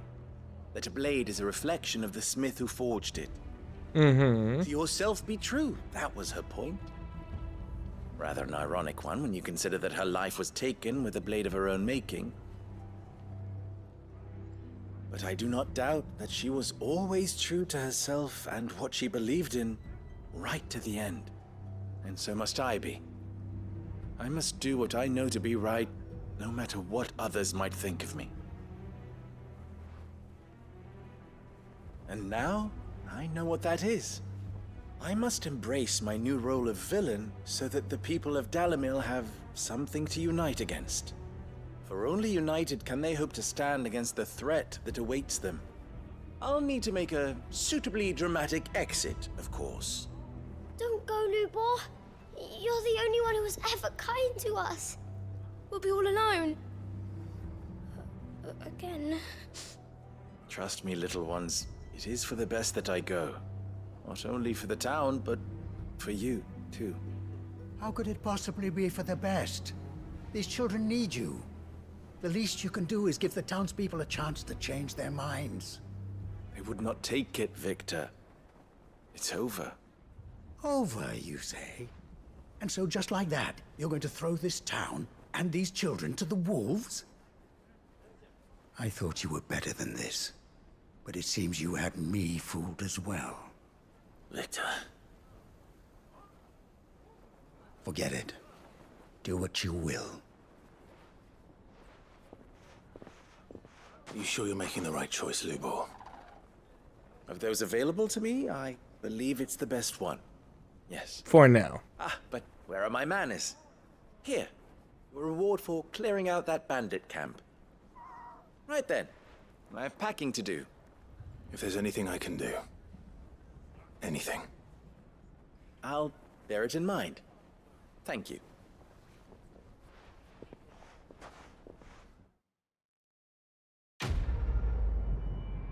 Oh, okay, we're just leaving it at this moment. Okay.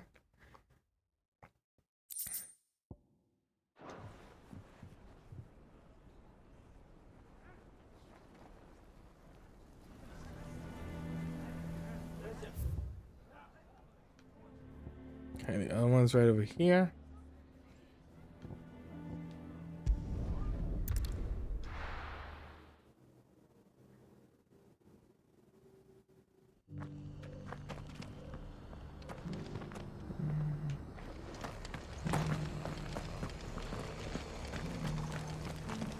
The bearer of the burning quill is within, my lord.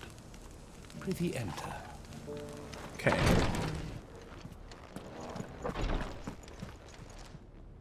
Lord Rosfield, is there aught the Undying might assist you with this day? Perhaps. My brother said that your order was helping him with his quest to uncover Ultima's origins. Have you learned anything of note since last we spoke? Little unless, I regret to report. I see. Be assured, however, that we will not rest until the truth is known. Even now, our archaeologians scour ruins in every corner of the realm for traces of Ultima's touch. Fallen ruins, I take it. Dating back as far as Phoenix Gate. Indeed. Ultima's thralls are oft sighted among the remnants of the fallen civilization. as if protecting the secrets concealed within. Secrets we'd see unearthed. Should our methods be of interest, my lord, mayhap it would please you to observe some of our number at work. Would that be possible? Of course. A survey is being conducted not far from here. Perchance you are familiar with Kretov, a small hamlet built around a fallen airship. I was due to visit my colleagues there to collect their preliminary findings, but if you would consent to do so in my stead, I'm sure that they would be honored to relate any discoveries they have made to you directly. All right. I'll go and meet with them. They will be most gratified, I am sure. Might I suggest you take the road through Titan's Wake? It will lead you straight to the village after but a short walk. Thank you. I will. I wish you a safe journey, my lord. Thank you. May the Firebird's flames burn ever in your heart.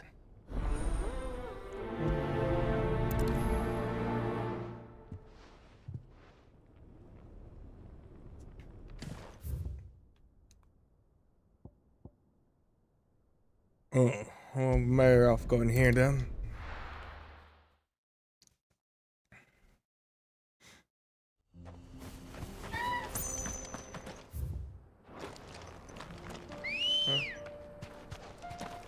Ready, go? Okay.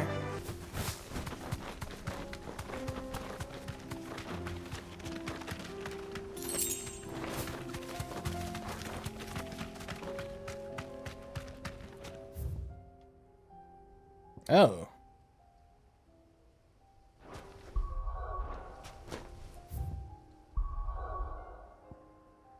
Hmm.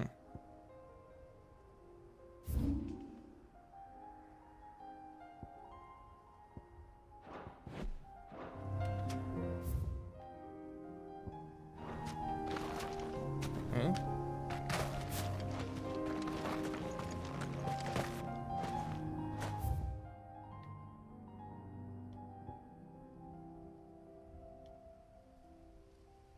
Oh, maybe I can get it from here. Hold on, let's see. Fuck. If that's true, that sucks.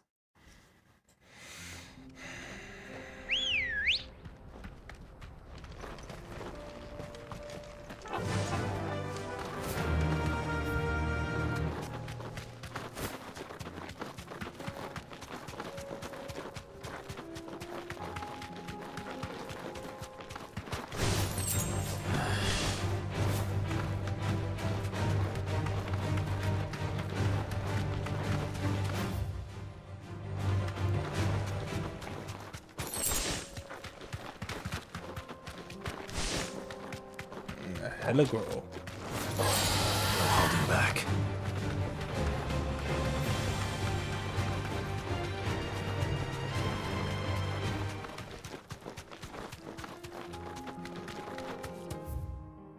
Okay, so you can do it from this way. I'm already gonna predict some of these spots will be future hunt spots.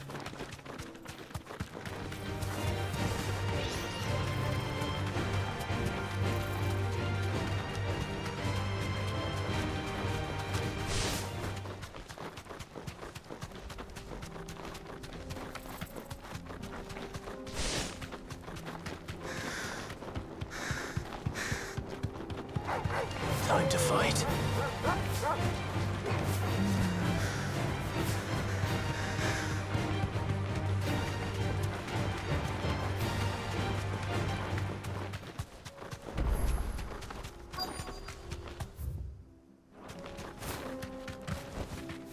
Thanks, Gal. No, I did activate the fast point there, so at least I can always travel back there.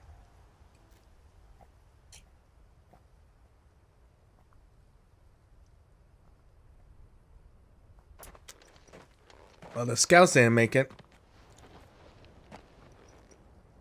Oh no.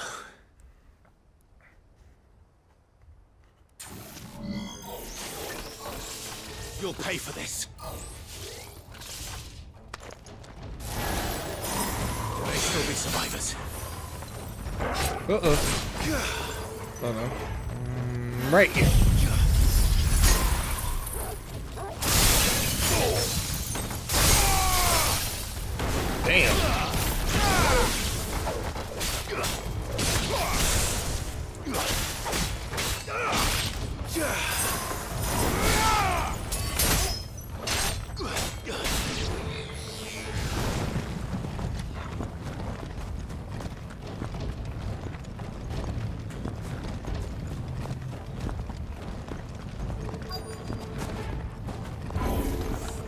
Whatever that thing is, I'd say it's their leader.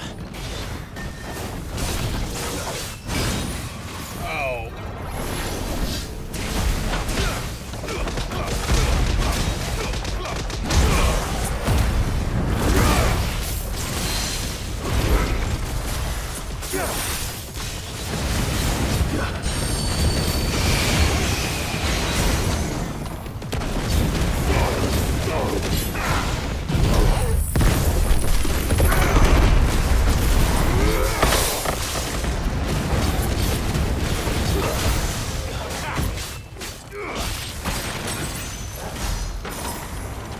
Hello.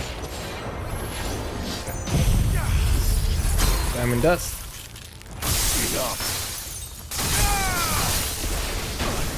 Too slow.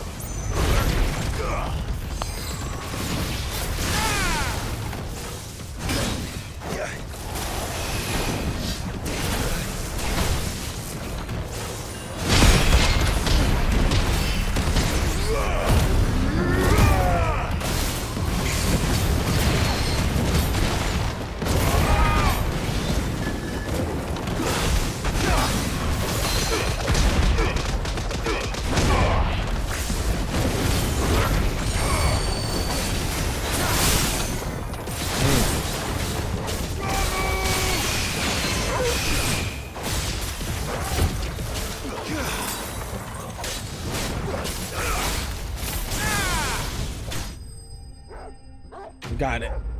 Enemy has been slain.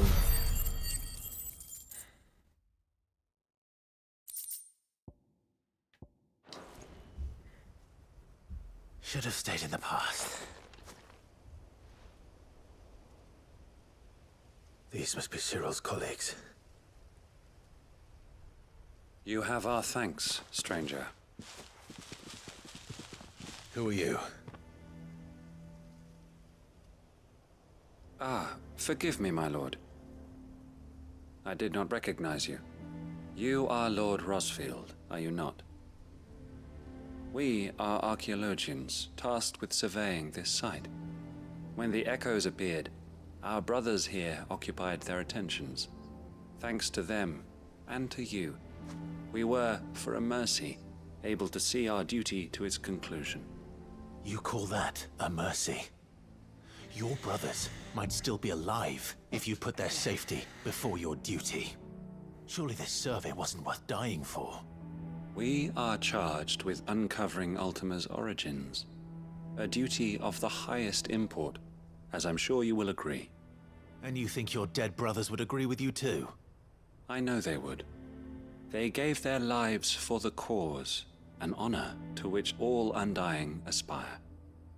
Now, to what do we owe the honor of your presence, Lord Marquis? Cyril told me of your work here, and I agreed to collect your findings in his stead. I see. That is most kind. Pray, take them then, with our humble thanks. May the Firebird's flame burn ever in your heart, as it does in ours.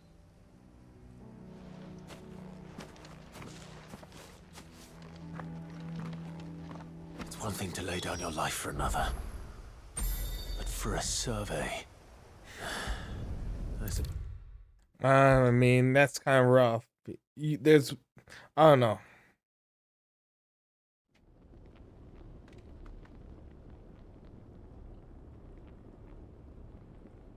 I have some information. Ah, you are returned, my lord. I collected your colleagues' preliminary findings. Here, take them.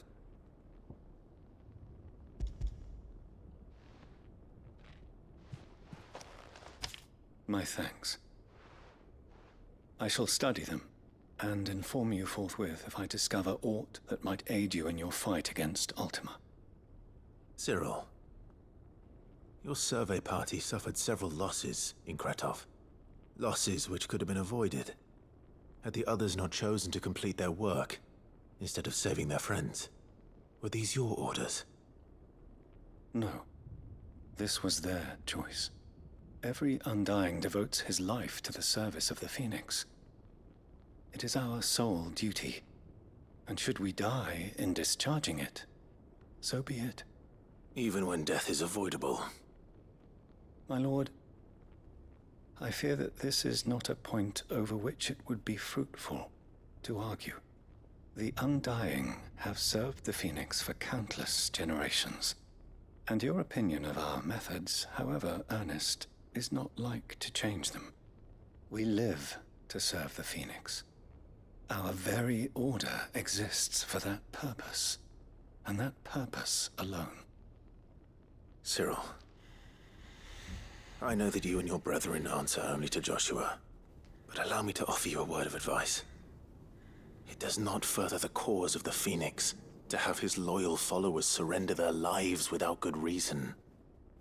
Provide your survey parties with an escort, that they might live to do their duty for years to come. Yeah, a little longer would be nice, you know. Think not only of how you can serve the Phoenix, but how Joshua would want you to serve him. That's actually pretty good advice. For all our sakes. That's a very good wise I move. thank you for your advice, my lord. If you will permit me to respond, our faith in his grace, Joshua Rossfield, is absolute. And we of the Undying will do what we believe is right to fulfill. Oh god, just because you think you're right doesn't mean shit. As first shield to the Phoenix, I am sure you understand what it means to do one's duty. I do. Then we are of the same mind. And it is my hope that we may continue to do our duty together.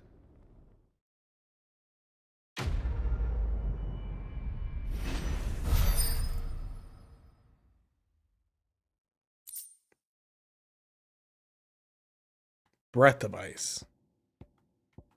Oh, Ice Age. Yeah.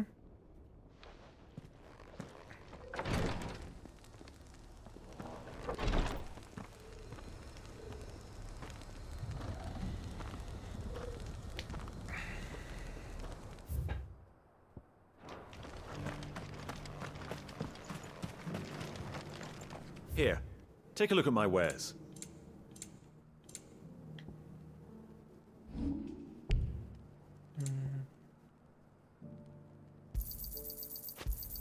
Got anything else for me? Ah, not bad. It's a deal. Got anything else for me? It's a deal. Got anything else for me?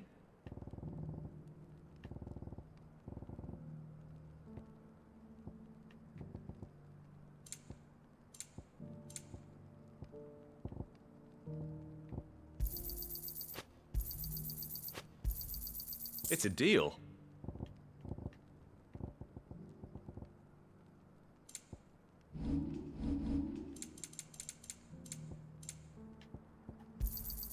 A fine choice. Okay. Where's the next one? The last one, I think, right? Can that open up?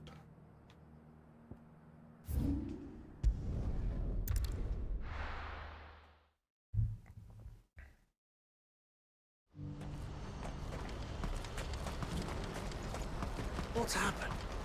Can't. Who's a good doggy? Right, old belly. Saying twin sides.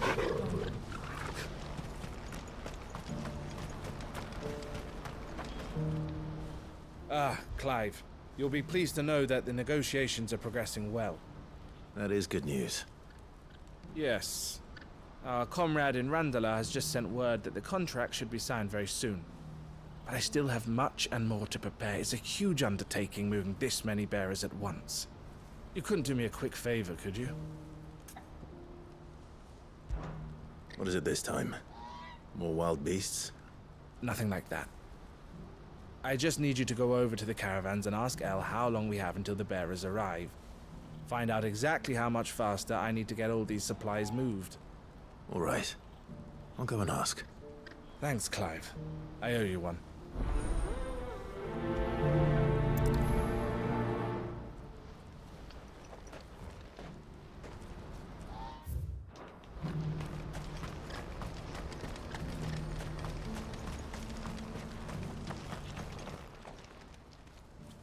Don't blame yourself, El.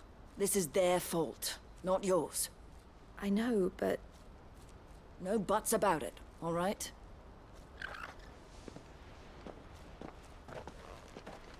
Is something wrong? Vonnie came to give me a message from our intermediary. The talks with the Republican Army have fallen through. Damn! They've reached an That was agreement quick. with the Silver Peak Consortium instead. Though prices have fallen of late, we deliberately offered above the going rate to try and deter other bidders. But the Consortium offered double what we did, and the Army jumped at the chance. And you had no opportunity to make a counteroffer? None at all. And we were so close. El? What's happened? I saw Vonnie leaving. She didn't look happy. And with good reason.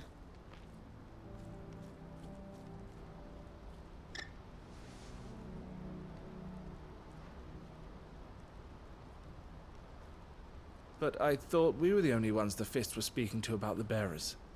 How did the Consortium even find out about this? It's not so surprising.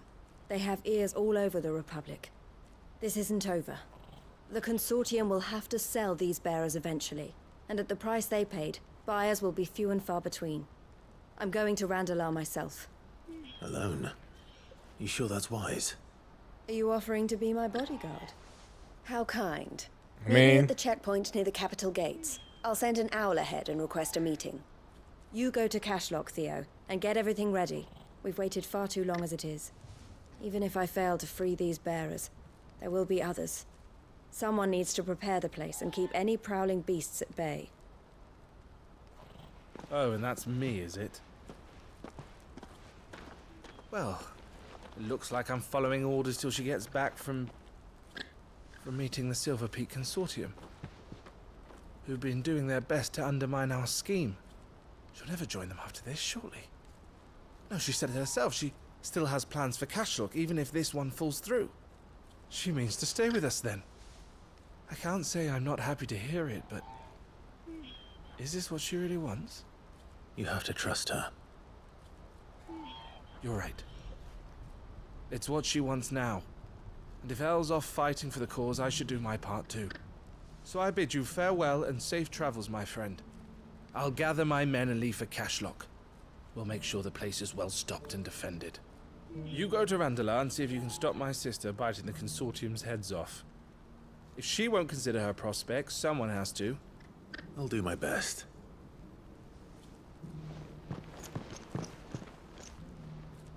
All right. To Randalar, then. And better not keep Eloise waiting.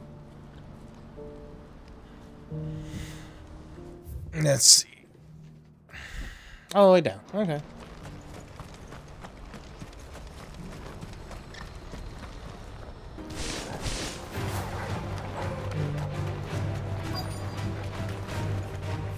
You deserve a rest. Mate, are they gonna make me fight them?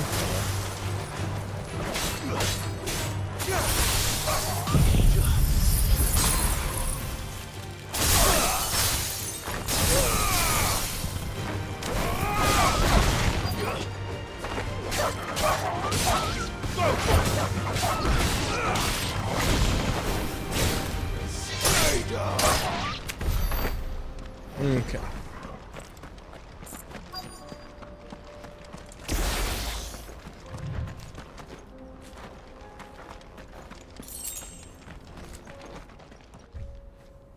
I hope I didn't keep you waiting.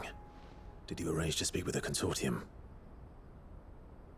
Here they are now. You wish to consult with me? I did. It's about the bearers you recently purchased from the Fist.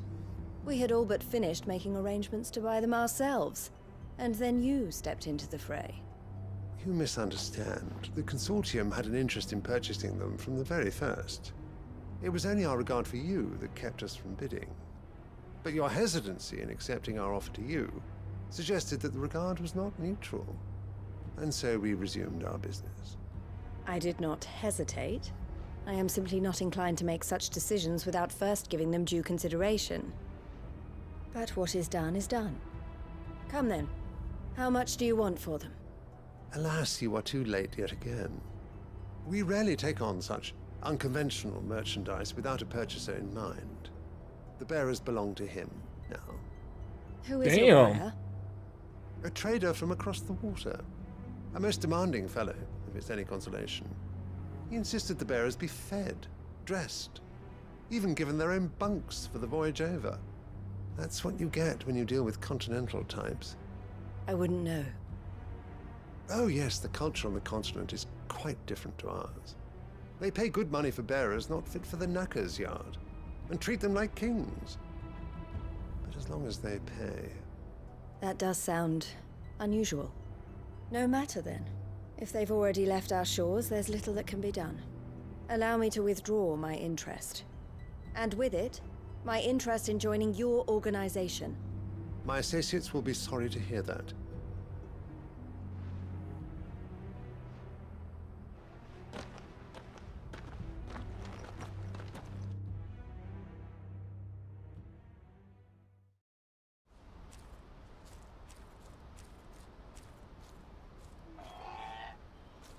That went pretty. I'm sorry you weren't weren't able to save them. As am I. But I only have myself to blame. He was right, you see. The Silver Peak Consortium did intend to buy those bearers before I did. Their representative hinted at a possible purchase when he came to recruit me. I feigned interest in joining them in the hope he might be encouraged to tell me more. And he did just that. As soon as he left, I sent my own offer to Randalar. So you never... No. I entertained the Consortium's proposal solely so I could learn more about those bearers. But I was a fool to think they wouldn't find out. I knew exactly who I was dealing with. You tried. I did. And if what he said was true, the bearers are to be well treated. Which is something, at least. But they deserved more. I wanted so badly to see them freed. Eloise! Eloise!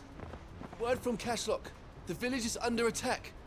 A pack of beasts have come down from the mountains, and there's a dragon at its head.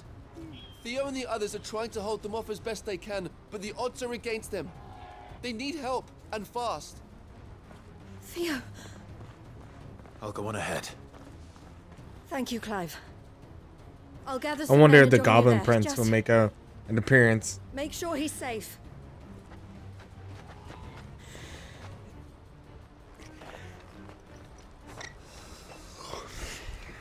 Hold on, Theo.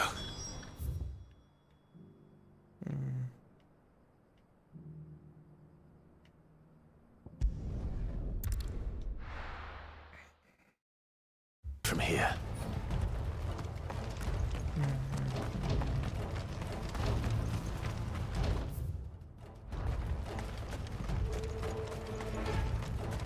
Are they further down? Where's Theodore? Upriver! He led the dragon that way to keep it from the village, but the whole area is flooded with ether. We just have to pray he makes it out in one piece. I can do better than that. Torgal, with me. Yeah, prayers for your soul. Oh god.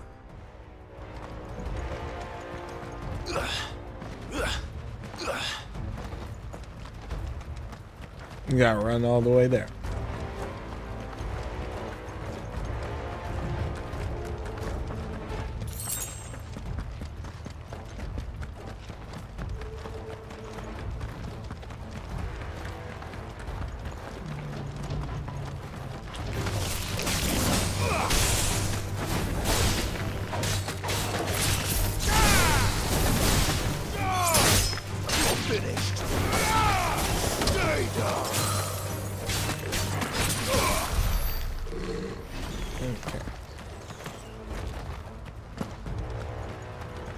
Where are you, Theo?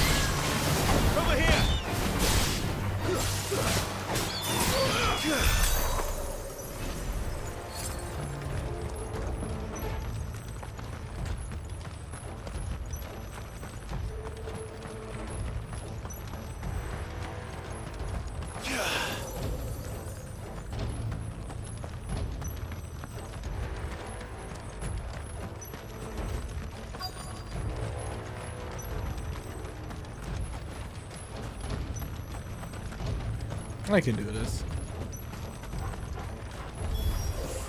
Damn it. It's too thick. These creatures have already turned.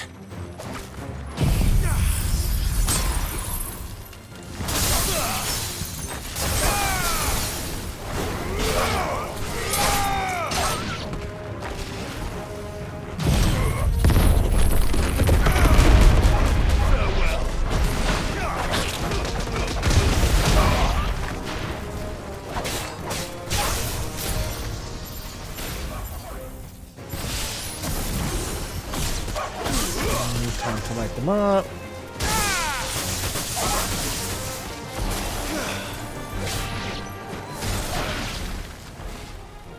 Now, where's the dragon?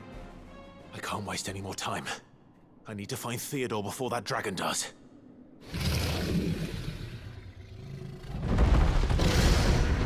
Looks like it's found me. This thing's turned as well. This isn't going to be easy.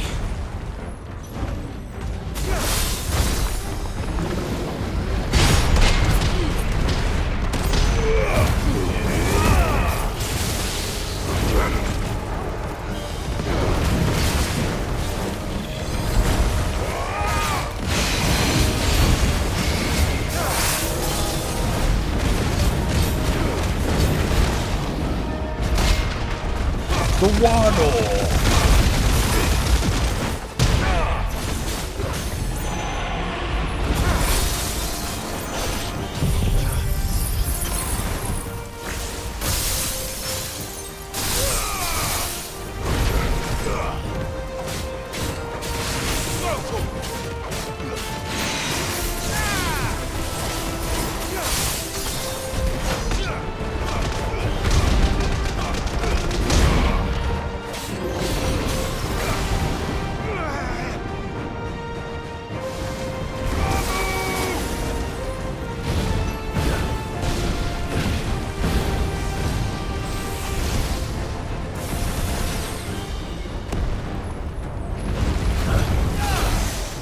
I practice that so much.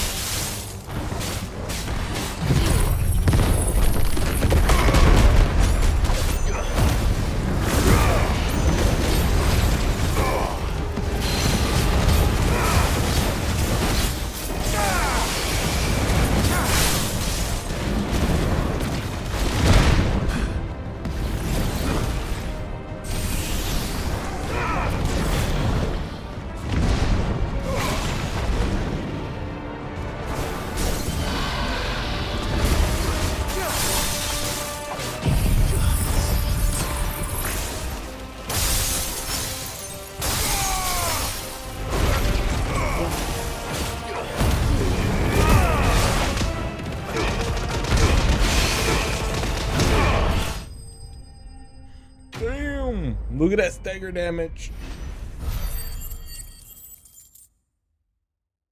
I'm so shy from leveling up.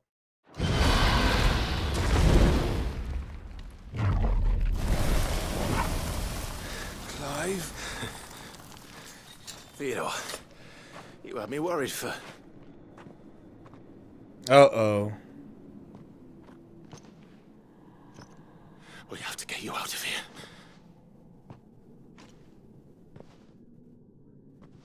I think it might be a little too late for that. Okay, then see this random death coming. Bearer or no, there's only so much ether a man can take, and that Drake just wouldn't let me leave. You have my thanks, Sid, for finishing what I could not. For keeping Elle's dream. Theodore!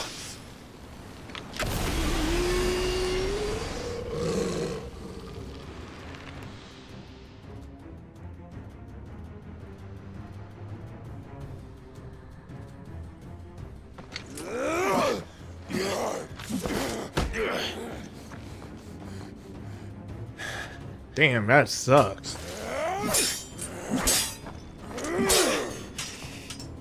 Don't make me do this.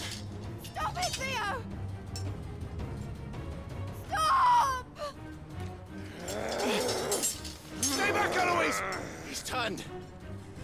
so will you!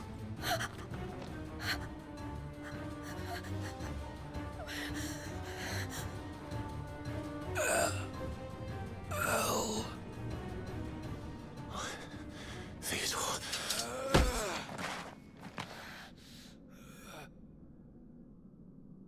Take care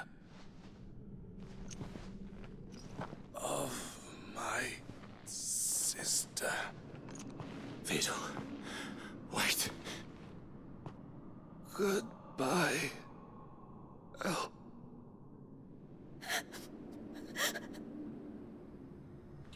Oh, he's gonna take himself out.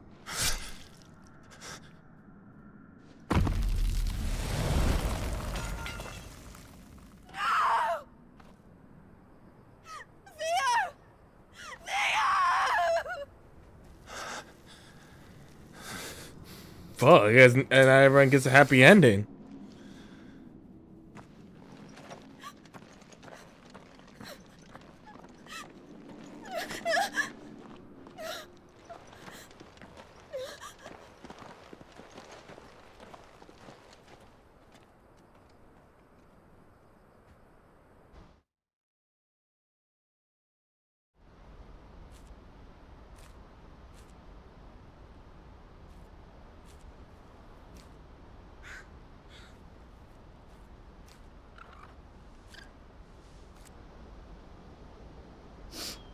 Thank you, Clive. I think I'll be all right now. That was true bravery he showed. Leading the dragon away from the village like that. His first instinct was always to protect people.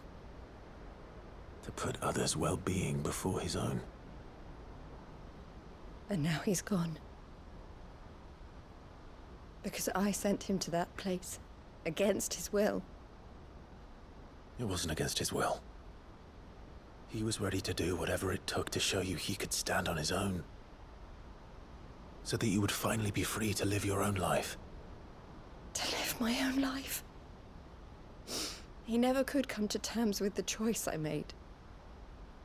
What exactly happened? You once told me Theo was the first bearer you ever helped.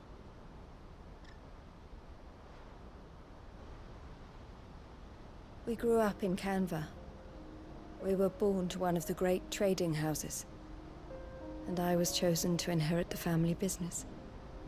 I had my father's head for figures, you see. Theo did not. While I studied the art of commerce, he played at soldiers instead. A late bloomer. In more ways than one. For unlike most bearers, it wasn't until his 15th summer that his powers awakened. My parents tried to drive him out of the house and into the care of the constables. But before they could, I took him into mine. Theo told me something else. He clearly admired your devotion to the cause of freeing others like him from slavery. But he said you deserved a better life than this. He wanted to free you from what he called your bonds, just as you freed him from his. I would be lying if I said I had not wondered from time to time how much easier my life might have been if I had allowed Theo to be taken and devoted myself to the family business instead.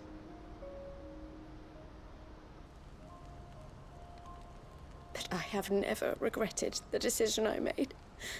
No. Being with my brother meant more to me than tradition or reputation. I only had to look at him to remind myself of that night and the choice I made and the fact that I would make the same choice again in a heartbeat.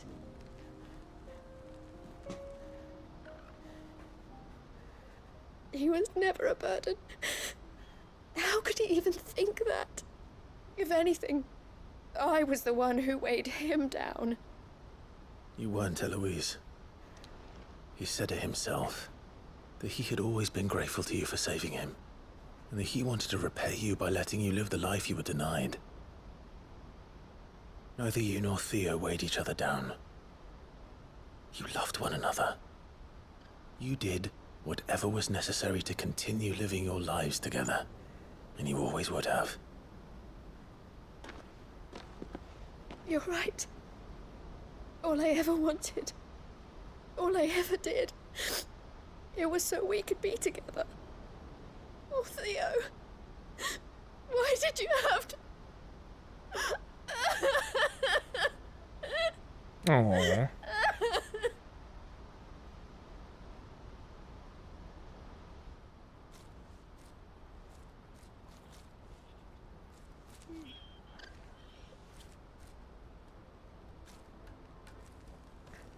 I know Theo wanted me to move on, but I'm staying here at the Crimson Caravans to continue our work. We can make a difference here. We can help people, save them. I need nothing more from life than that. So I'll carry on doing what we do, ensuring that goods, people, bearers get where they need to be, bringing smiles to people's faces just like we always have, and to Theo's. Wherever he is. This is the life I have chosen. The life I will always choose. I've made a choice of my own. To continue helping you however I can. Whenever you need it. Thank you, Clive. Let's go on together then. For Theodore. For Theodore!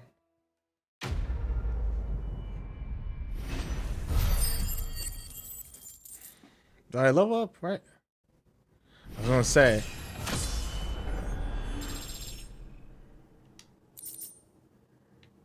Breath of fire. Carbon sign.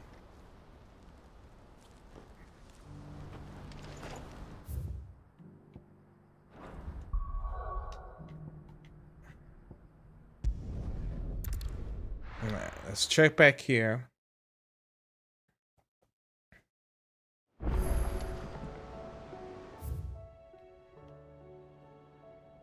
Okay, we'll do that. Then check on the letters.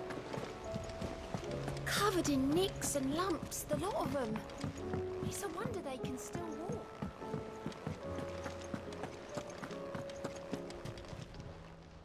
How may I help you today, Clive? What's this one? To sail. Falling in. Okay.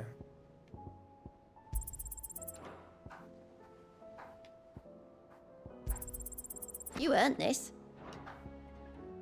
Best of luck out there, Sid. No, not that way.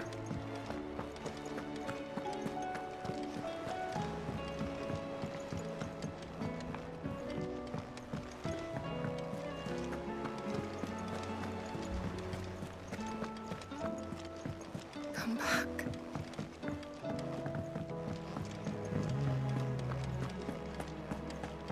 The stew's awfully thin these days. What do you expect?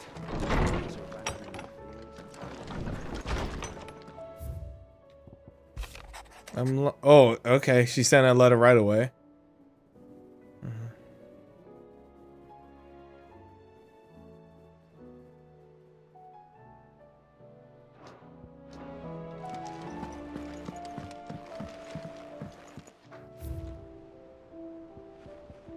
And there's the sign. Huh.